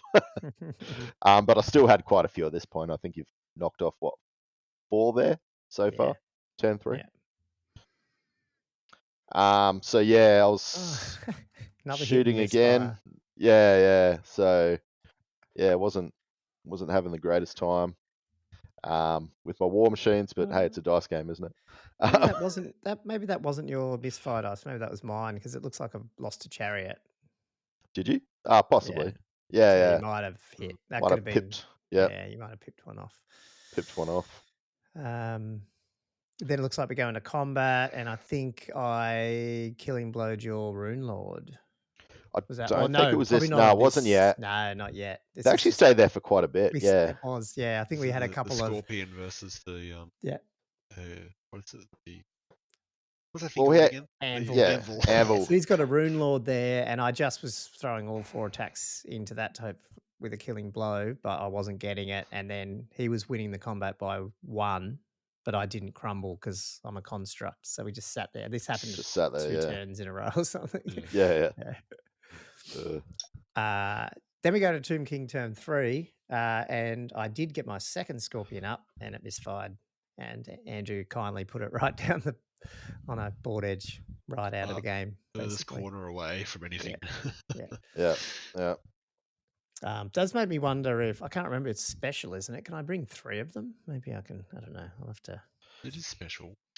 I think it's special. So depends on the players pack. Some occasionally you get a players pack where it says no more than 2 of the same special unit. Okay. Sometimes it depends on. Yeah. So I can't remember if this must have been an actual charge. You must have been within 16, and I've done a charge straight into your. You did. And I positioned the chariots so when they overran, they would miss the long beards. Correct. Because I maximise. I don't have to maximise. Well, I mean, they are maximised both ways, but you only have to maximise your own. And that was it in terms of movement, I believe. And then on the magic phase, I got a charge off, and I can't remember if you tried to dispel that one or not. I've got a feeling I did, but at the same time, I remember you were trying to get off an attack as well. Yeah. Before, so yes. yeah. There's sort of like what's the lesser of 2 evils, I suppose. Yeah, I think you did try. Yeah, it was pretty borderline. Them going in the flank, I was very surprised so probably should about describe it. that for the listeners. Yeah, so yeah, now the Tomb Guard were out on they got a flank charge on the Slayers. So his right hand Slayers, Tomb Guard. have got a flanking Tomb Guard and the chariots in their front. I was really surprised about that. When I saw the Tomb Guard were way out in the flank, I'm like, oh, they're not going to do anything. Why are they out there? Like, that's not going to. Actually, they're not going to infect the game. And then suddenly they're in the flank of the Slayers. And if we played the rules right, massive. As we'll go into in a minute, they probably could have technically been the saviors. I think maybe because I think the chariots would have been in a bit of trouble. But anyway, we'll get to there. Yeah. So they go in. The must been Screaming Skull probably took out a few more. Did it take any out? Oh, I'm not sure. Yeah. The hammer unit wasn't. It was definitely missing quite a few by the end of it. So I probably did hit a few more. I reformed my middle skeletons just as a block to get ready to possibly charge up to stop his hammerers going into the flank if I got stuck. That was going to be my plan, but I don't know if they were going to get there. But that's sort of what I thought, just, an amble unit. And I flew my Hierophant out of there because I knew at some point they're going to get charged, so you had to get out of there. So he's just behind the hill, sort of, so he can't be seen by the bolt throwers, basically. Yep. It looks like I did hit a few. Yes, I have. So your hammerers have only got one complete rank with 2 or 3 guys in the third one. So they're pretty depleted, at least for, my fighting combat units can now take them on. Yeah. Looks like you've lost your grudge throw at the top. So I wonder if that was a casket. Yeah, it definitely could have been. I remember the casket was definitely doing some damage. Because obviously you're trying to do these extra attacks and whatnot. With in your magic phase, and I was just trying to prioritize them. To me, they're all those war machines are dead. Effectively, that's the way I was looking at it with the Scorpion back there. Yep. And the Scorpion whiffed. So we go into Tomb King turn 3. Sorry, we are in Tomb King turn 3, but the combat. I think 4 Slayers die to 4 or 5 must have died to the impact hits. And this is the controversial part. So, and then with the attacks from my Lord and Tomb Guard, basically killed all these Slayers. Did you? And then it was down to the man, or like did you have attacks left over? Oh, it was that close. Yeah. Still pretty close. Yeah, exactly. Yeah. Oh gosh. And then so I rolled the overruns, and then I don't know. And now in hindsight, I'm sitting here going, I must have a brain fart, but I don't know for some. And I don't know, Andrew. Maybe like you can talk to us about it or not, but I didn't feel like you were questioning this move initially too bad, and then obviously we were chatting to Josh because this is pretty bad for you. Like basically, what I've done, so for the listeners, my Tomb Guard pursued into the flank of his Longbeards, and my chariots went forward over the Tomb Guard and just rolled enough to sort of fudge it by moving my back chariot. It's a bit hard to describe, but since then we've at least asked around, and everyone's saying, no, you can't sort of just go over your own troops in a pursuit and an overrun. But for some reason in Castle Assault, someone told me because a similar thing happened like this, and they just did it. And I think I just thought it was a rule, and then I think we were asking Josh, and you didn't. Well, I know. remember you were saying that. Yeah, you were saying, Yeah. or somebody was Yeah, I saying didn't something know. similar happened. But look, I don't know the rules well enough. I only know Was it even 8, a rule in so 8th or not, or you had to stop? It is. I think it is. I think It is a rule in I thought 8th you had and to stop. 7th. Yeah, in 8th and Yep. 7th it says, because I mean I think you treat, even though it's an overrun, in terms of the movement, you treat it as a pursuit for like the limitations of it, and for pursuing into fresh enemies and that type of thing. And in the 6th book, it doesn't say what you do with a pursuit move if you hit friendly units Not at all. friendlies, Yeah. no. It just says you stop it impassable, or you charge an enemy, and that's it. Whereas in 7th and the 8th books, they specifically say, as well as impassable, you stop if you hit friendly units an inch away. Yeah. So I feel like that was probably the intent. They just didn't actually specify it in the 6th book.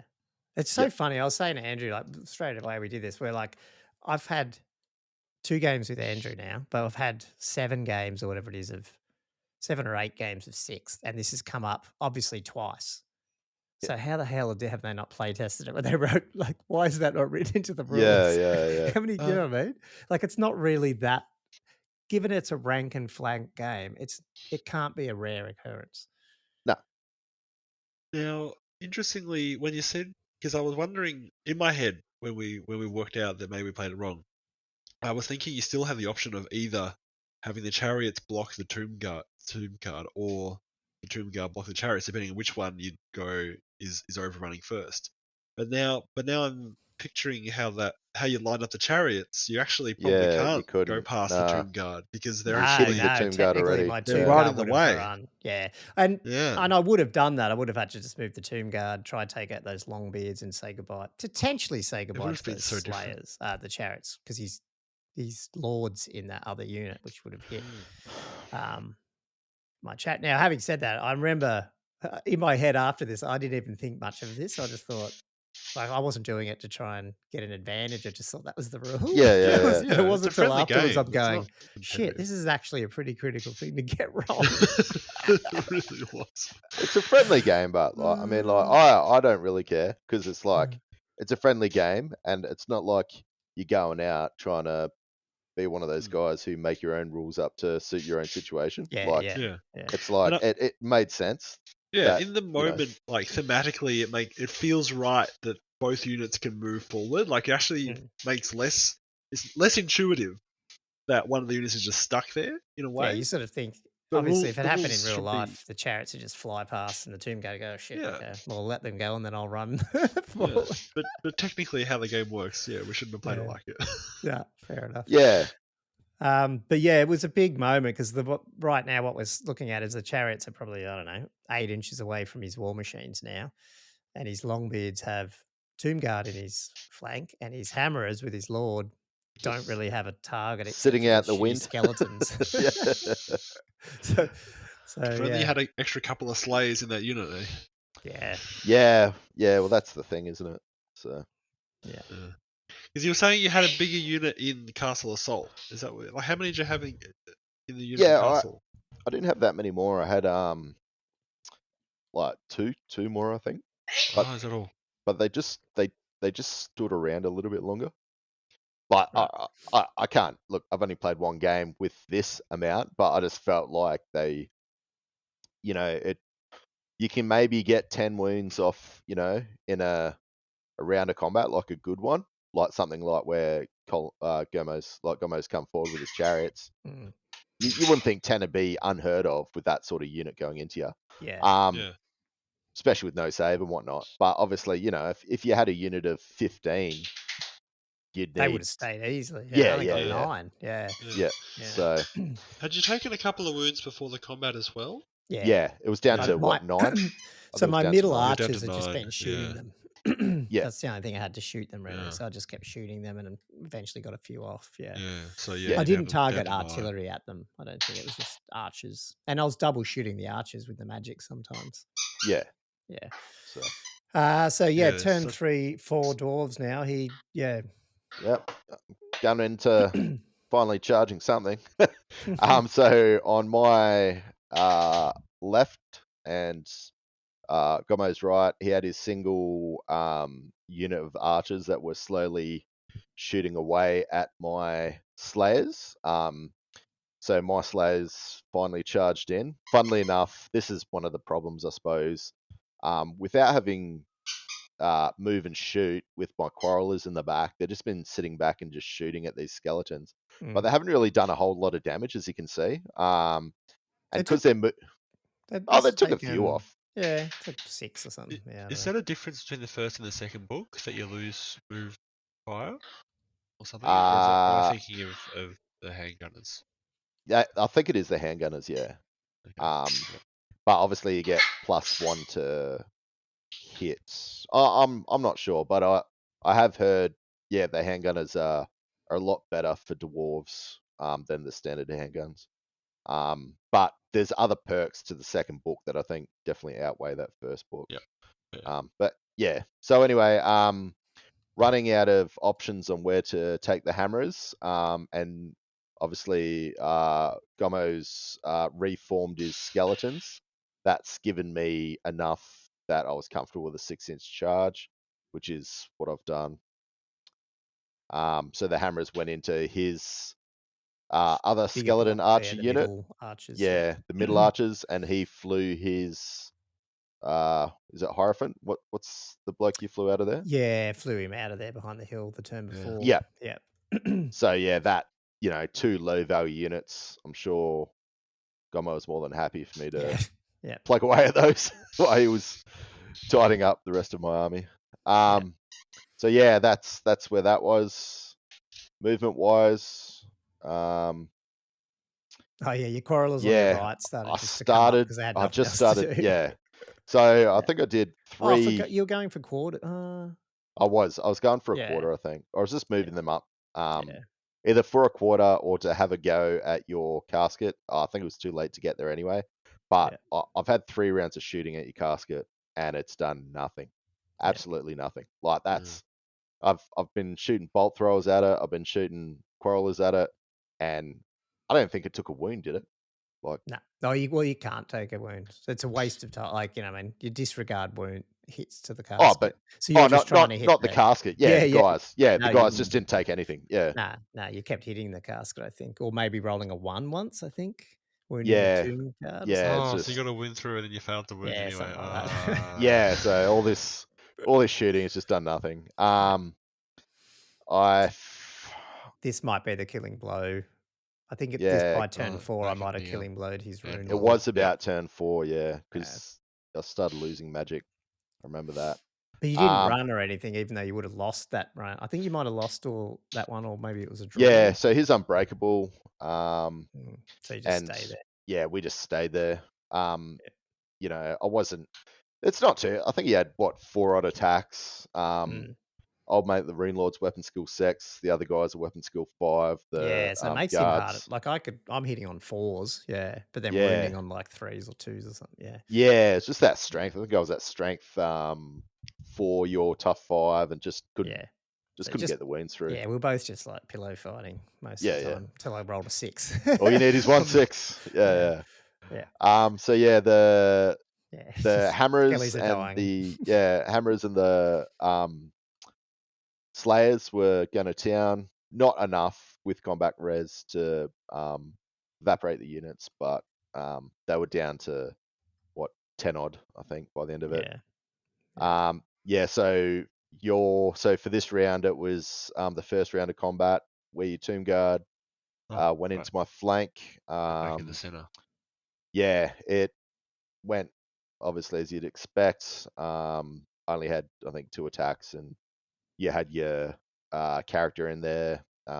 Probably don't remember, but I think it was close to an auto break, or it was an auto break. It was an auto break, maybe that one. Yeah. And then ran me down. I think I rolled 8 and you rolled 7, but I had -1. Yes, that's what it was. It was. That's right. Yeah. It caught me. So I was like, this is all over.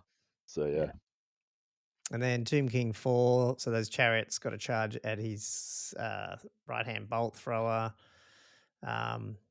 And then I reformed my Tomb Guard to get a rear magic charge on his hammerers. So that was the plan there. Yep. Which are still caught up with my 9 archers. So that was what I was trying to do there. I think in Magic, so this is where it got fun. I think in Magic, I might have even tried to heal those skeletons up a bit, or maybe, that's right. That was going to be my plan. I was out of range. Yeah, and I was like, oh, that'll be right. I should have thought of that. Because I probably could have flown. I could have risked flight. See, I could have probably, my smart move would have been fly them behind so your bolt thrower can't see my guy through, the units are blocking him, but outside of 12 inch. So even if you destroyed my skellies, well, no, you wouldn't even overrun. It wouldn't even matter because you're not in a charge there. So you wouldn't overrun, would you? So I could just sit behind those skeletons.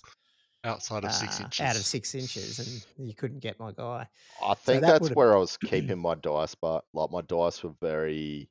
Oh, no, but I mean, I could have flown over there. Oh, you mean for healing? Yes. Yeah. For dispel.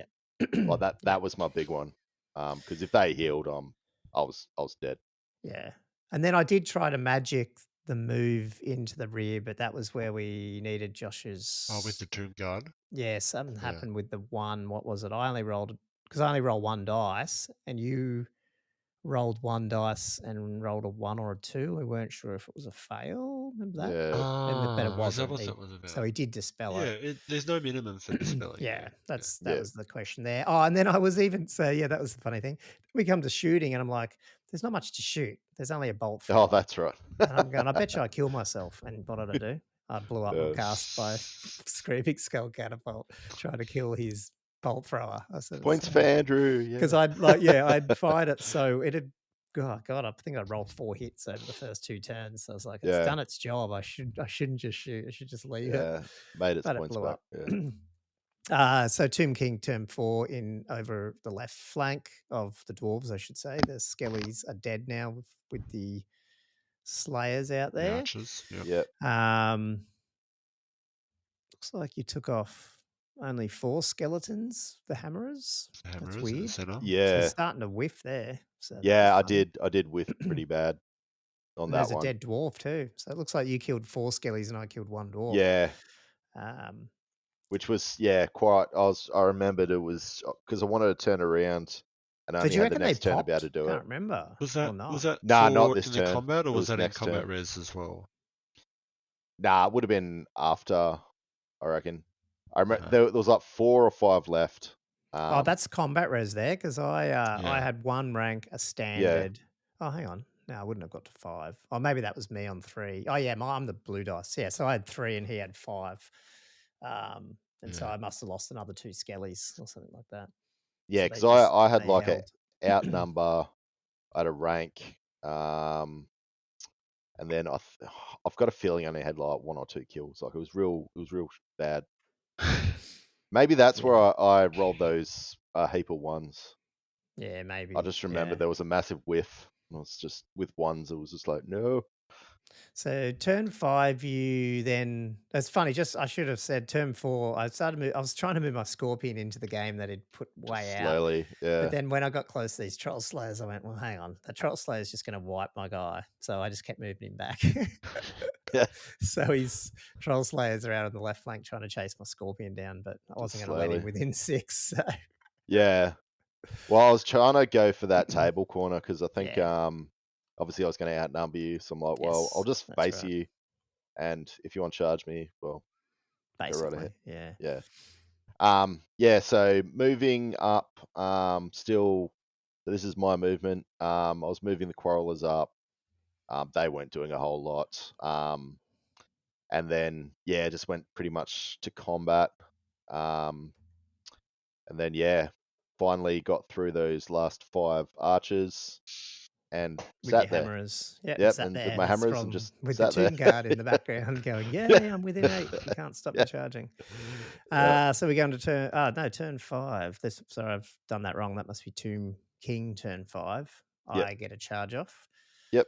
Into the rear of your hammers with my Tomb Guard. Yeah, and I remembered we were talking about fleeing, and I was thinking about fleeing, but then I was lucky you reminded me that your Hierophant or whatever his name is could fly as well. So it was one of those things, and then we're kind of back and forthing. But I'd already made the decision to hold. And then I think we kept going, and then it was like we later found out that you declare everything. Yeah, and then yeah. So you should have known before you said that you were going to hold that I would have had to decide if I want to charge my Hierophant. Old mate in. Yeah. Whereas I think in 8th it was sequential. You go charge, declare, it was charge, declare. Yeah. Which you'd end up with weird things like standing and shooting and then fleeing. Which I always felt was slightly strange.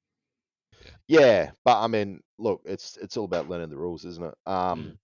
So from there, I stayed. In that case, because I remember we did talk about that, and then I said, well, in this case, do you want it? Yeah. So it was a weird one because you sort of like played your hand already. Like, I already made the choice. So yeah.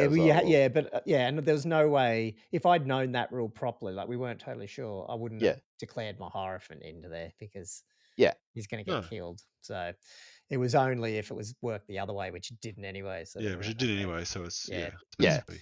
I mean, it was a friendly game, and it was one of these things anyway. So it's just like, who cares? And then the chariot killed the bolt thrower that it charged, and then just reformed to face the last bolt thrower. That must have been last turn. So I must have. I can't remember. That must have been last turn. I've turned it. I can't remember. Yeah, it I doesn't think make so. sense because you can't reform on combat. Yeah, I think that's what you did. That was last turn. Yeah. And that's probably where I've forgotten too that I'm fast cav still. But I mean, not that it matters. I still would have had to charge this next turn. So. And then I'm just looking. Where's your Slayers? They're just not in the picture. Must be still out there. I think I just moved your Scorpions back. Sorry, I'm not describing what I'm seeing here. Yeah, I'm just trying to remember why did I cask it off your last bolt thrower then? I'd or say did they run away? No. Well, I don't think they run. Nah, that must have been when I casketed it off. I'm pretty sure it was casket because your casket was smashing me. Taking some war machines, So I think I was planning on So they were so my chariots I had moved them to charge that bolt thrower in my last turn, but now in my last turn, which we'll get to, I didn't have to because it's already dead from the casket. Well, this is second last turn, isn't it? Because there's one more turn. This is second last turn. So then the in combat the anvil goes now. He's dead. Well, and then the tomb guard attack your hammerers. And did I only get one? Yeah, they didn't do that well. Okay. In that first round of combat, and I took off the hammerer that left my lord to be able to hit back. That's right. Yes, that's right. Yeah. So I could actually finally do some damage, but stubborn, Yeah. Right. Without the reroll. So. And then Dwarf 6, your quarrel is reformed. Aren't they? So they're not breaking. Yeah, they're immune to fear. Yeah, they got the banner. Yeah. The banner saved you in that situation, I think. Auto break otherwise. Oh, yes. Yeah. The banner's banner. Well, no, sorry. The banner, they've got the king in that unit. So their bodyguard makes them. Sorry, that banner is in the Longbeards. They've got the king, and they're immune to fear and terror. Oh, it's just a rule of the unit. Oh, sorry. Yeah, okay. Yeah, it's their bodyguard rule. Yep. But he's got to have a dwarf lord in there. Yeah.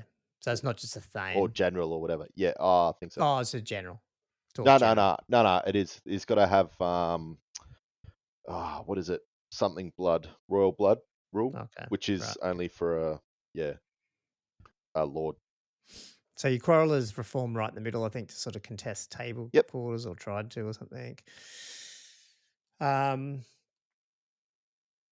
then what happened? This must have been you took my champ out. In the challenge with the Dwarf Lord. Yes, that's right. Your Dwarf Lord. I issued a challenge. You took it and you wiped him out. Yep. I don't know what the 2 6s I rolled there are. Something. Oh, maybe that's the break. Maybe. No, maybe that was your. No, it's this one. Oh, that's that one. Yeah. An 11 on a break test. That's the break test. Yeah. Needed a 10. Got an 11. And overrun them, got them. Didn't run very far.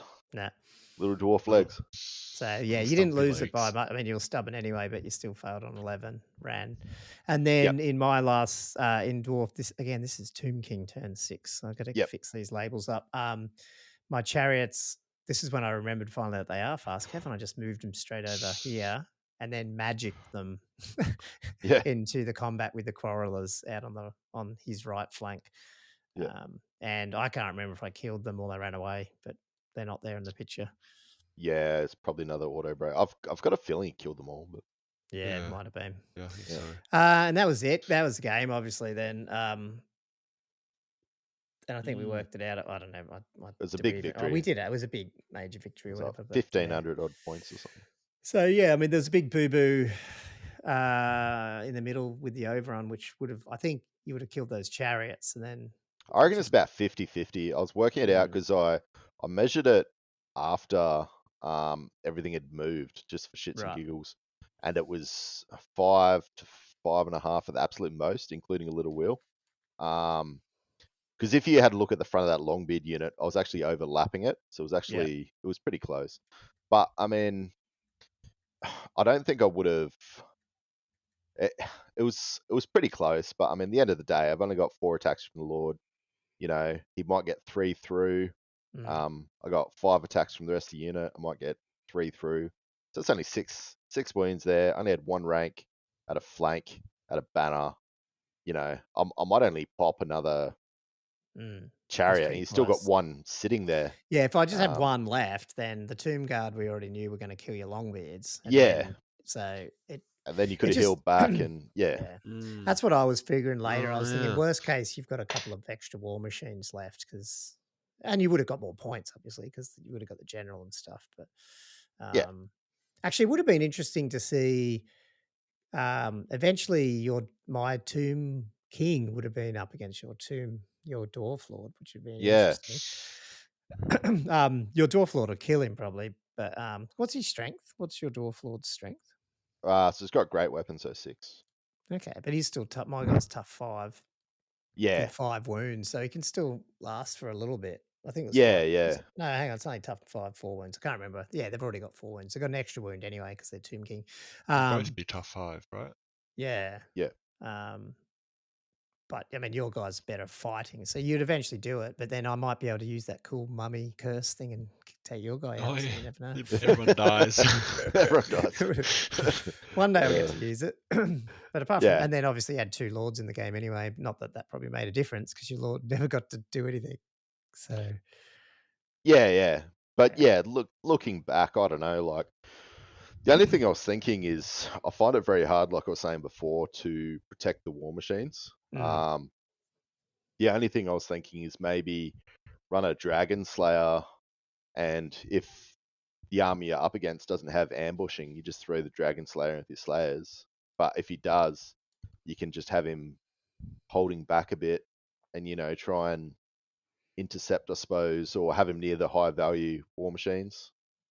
The only issue there is obviously the mobility of that guy's still only 6, isn't he? So you'd either have to just stand behind a war machine going, well, if you're going to charge this thing, you have to overrun into me or I get to charge you back.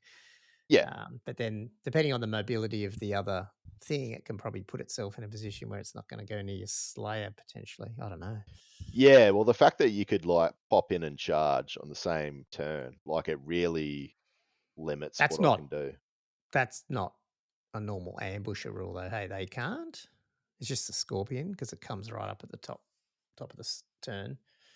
Yeah, and you got 2, so there's a good redundancy there. I don't know. I just found this. It's twice now. I think this is a better list to play you against, or just in not just you, but just in general. But it was still it's very hard for me. I don't know what else I could do than sort of come at you. I mean, as you saw, Josh, the amount that he whittled me down just coming across the board. If I didn't move, like, you know, I wouldn't have done anything. Like, really. Absolutely. So, the fact that he can heal himself so much. Because I feel like it's similar damage output, but the healing he can do really nullifies that. Yeah. And like once those, like, and to be honest, once any of those units, if there wasn't you did the right thing because there was technically supposed to be flank charges in there. But yeah, if just one more turn of shooting, the chariots would be happy to go into any of those 3 units. If they weren't going to definitely get flank charge, and even if they would, if you think it was a game, like remember I said with this list, like I didn't mind having just the 4 chariots and the Tomb King because it's not expendable, but it almost is expendable at the same time. Because like I can lose my general apart from the victory points. I don't give a shit. I don't need it. Like, you know what I mean? It's like So if I take out another big unit with my unit, do I care? I don't like so. Yeah, I don't know. Yeah, well, that's it. It's just one of those sort of. But the two units I reckon are probably the worst of my bloody quarrelers. I found in Castle Assault they just a couple of times they did well here and there, but just as a whole unit for what they cost, they didn't. It was pretty rare they got their points what's back. the rule with indirect fire with the grudge trolls? It's just if you can't see at all, is that old rule where it always scatters, or is that a different rule? Or you always need line of sight? Nah, so you can shoot behind. So it's a little bit grey, but it's kind of like you can shoot at a unit behind a unit because it's the direction that the enemy's coming from. But you can't shoot at a unit, behind a forest because there's nothing. You're not supposed to know it's there. Yeah. There's no premise. But what about to if shoot in you that had direction. your 2 grudge trails and you had your quarrelers just all in front? So to get through, I'd have to hit them and shoot them. Like, can you still shoot? Well, I think that's the problem with the line of sight that you're going to be blocking there. Because you don't have light. It's only if you're large, and obviously your war machines aren't. So you can't even shoot anyway at all. Nah, you need to be on a hill or something in that situation. Yeah. So it's a bit lacking in that respect. But that's just dwarves. Like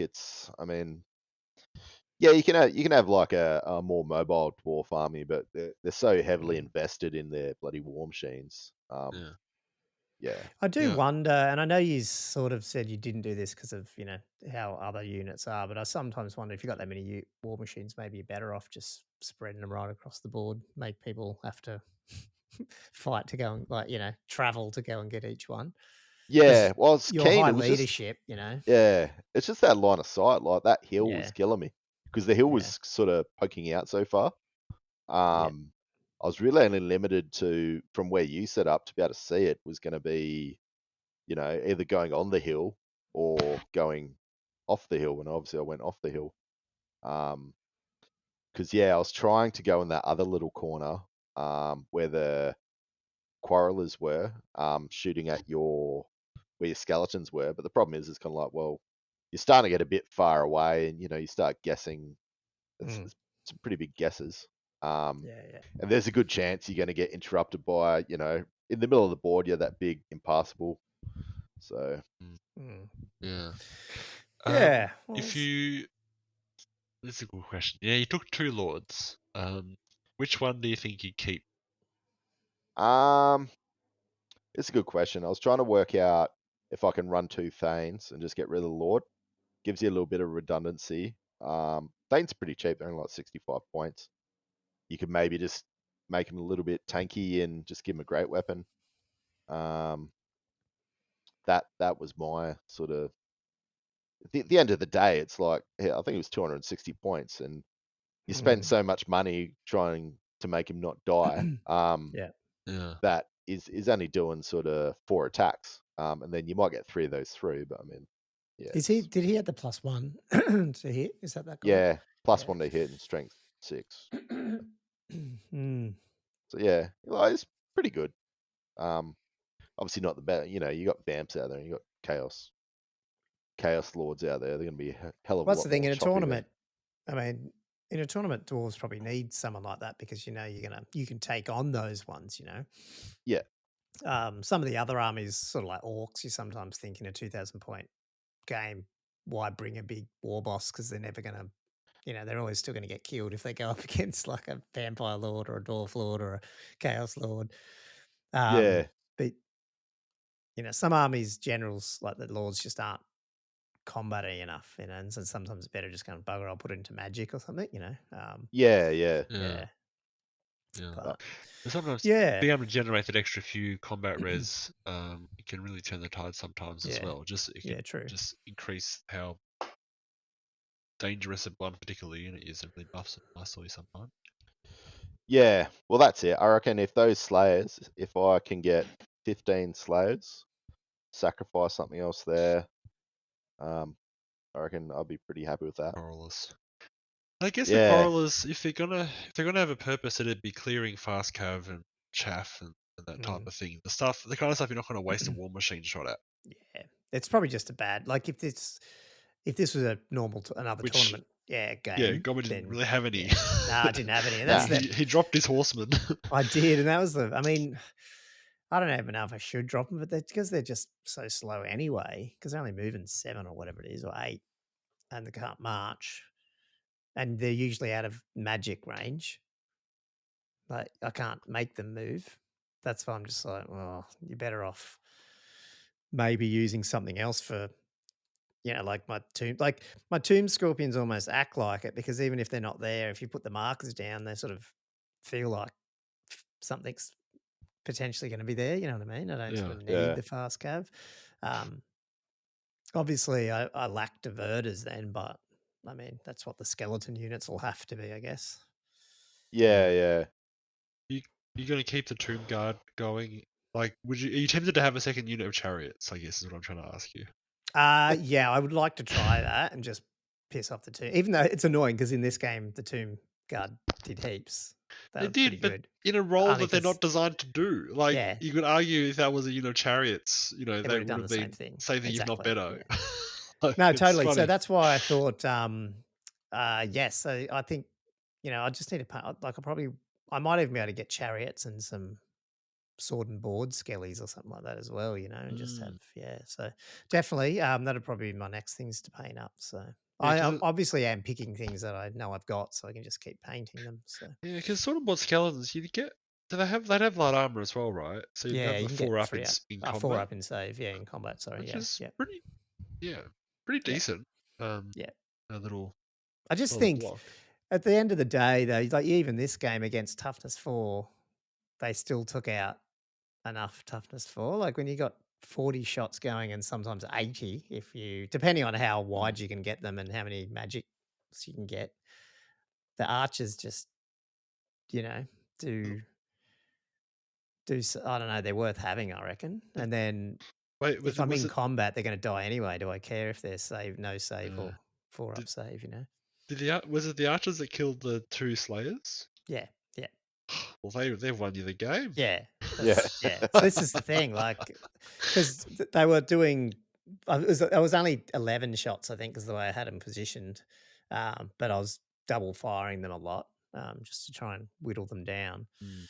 I rate the archers. I mean, they're not as good as 8th because obviously you can't do the second row unless you're on a hill, I guess. So depending on where the terrain. So. Yeah, and I feel like once they're in combat, I mean, if I really want them to be sticking around longer, can't I just try and heal them? You know what I mean? Yeah. I don't know.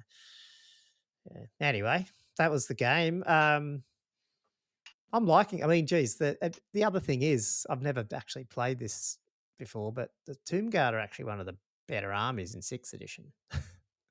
Like when you look at, they do seem good. Yeah. Like they won Kang. Didn't you say they won KangCon? Yes, I did. Someone else. Yeah, no, that was Tomb King mega chariot list. Yeah.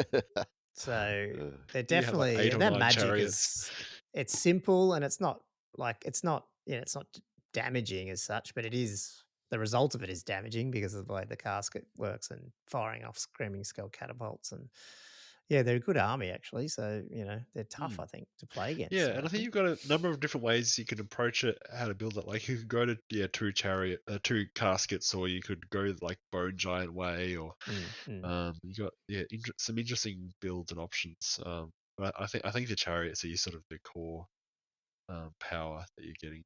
The only thing is with the chariots, I think I don't know. I may have to try it. Like, are they useless? Are they less useful if you don't have at least the tomb prints in there to make them at least get one magic off. I don't know, because they're not very plus that mobile. D6. Then. That D6 is going to help you too. Yeah, I think the mobility is key. Yeah. The fact they're fast cav as well. Like this game didn't really come in handy because you sort of just charged them forward. Yeah. But in general, that mobility actually, I feel like is another extra thing that you could just swing out the flank of someone rather than just charging straight in and trying to outmaneuver to be honest, things. I only got 2 more normal chariots. I'm gonna have to maybe I will have to buy that battalion box off Todd and get more chariots. Or I'll paint up Cetra and use him as 2 chariots. Just as a bit of a unit filler. Awesome. Anyway, that's the game. Hopefully we'll get a game in every month or something. I don't know. We'll try, but we might change up the armies a bit. I don't know. Yeah, because you guys have got a couple of armies each. Yeah. Don't you? Yeah. Yeah. I just wanted to consolidate after Castle Assault. Just play with the army a bit, which is good. Might have to go back to my little lair and scheme some more. The problem I have with my other armies, I don't know if you're going to have the same problem, Andrew, is like they're built like, especially my orcs and stuff. They're built for net list orcs. They're a lot of savages, and then I've got Arachnaroks and stuff. I don't know how to convert into a 6th edition orc. 8th edition net lists, you mean? Yeah, because that's like, well, not so much. Yeah, it's just because when I first got into the game again, I was just like, what was, you just had to have big blocks of savage orcs. Like that was basically what people were running. Yep. And my empire is based around big blocks of halberdiers with the Hurricaneum and all that, and some knights. But so I went back and looked at the army list, and I went, I mean, the Empire can probably do some, but I probably need to get some swordsmen done and paint up some other stuff like my not fanatics. What are they called? The flagellants and stuff. Like I got them there, but they're not painted. So I'm like, I don't want to be rushing to paint just for another game. So I don't know what I'll do. Yeah. Nah, I don't know. High elves. I just got 20 of everything and 20 more of everything. So I've got plenty of high elves. Yeah, well, that probably would work. Well, maybe we can do high elves and I'll just stay 2. I don't know. We'll see how we go. Unless you guys want. Yeah, I mean that'd be interesting matchup anyway. Both magic heavy and that'd be cool. Yeah. Anyway, well, this one's been going longer than we thought. Hopefully people still found it interesting talking through a battle report without pictures, but look, we'll get it up on YouTube as well at some point. You can have we tried to keep the context of what we were trying to describe as clear as possible. We forget, but that's okay. It'd be good to get everybody's take on it to see if it's worthwhile doing, a bit of a rundown, if it's too long, too short, just how it sounded. And then, we can definitely modify them in the future. Yeah, absolutely. Any feedback, definitely, what topics you want to hear. I'd love to hear all that from anyone. Reach out to us, definitely. That's a good segue then, Andrew, into the closing monologue, I guess. Should I? Or has anyone else got anything else? What are we going to do next week? The battle report, maybe not quite as long. Almost as long as the actual game itself. Yeah, we've been talking about now. So we've got some good topics that we're thinking through. Nothing specifically yet that we're gonna, but hopefully next week we'll jump on. And I've reached out to another couple of other guests to come on as well from some across the pond, which would be fun.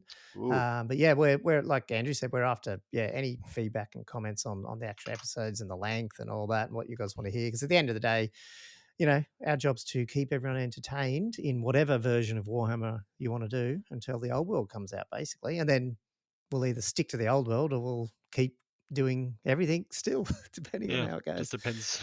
Yeah. So, anyway, thanks, guys. Thanks for listening to us again. And, we've had heaps really good uptake. So we've actually been loving some of the numbers we're seeing. Not that we're doing it just for that, but it's a good dopamine hit to see the downloads go up. And that helps if you do a 5-star rating on our podcast as well. That'd be really cool. But look, hit us up, probably Instagram and And actually, Facebook's interesting. Our Facebook page is getting some more hits. So if you're on Instagram or Facebook or even Twitter, you can always just search Old World Fanatics. You'll find us, or oldworldfanatics@gmail.com if you want to send us an email. And until next time, guys, thanks for listening and thanks for chatting tonight, you two. Yep. Thanks, guys. Ciao. Cheers, guys.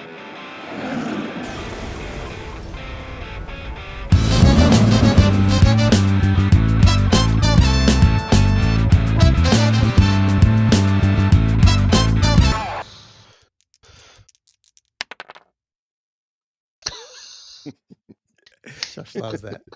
I gotta leave that one in. Yeah, I do love it.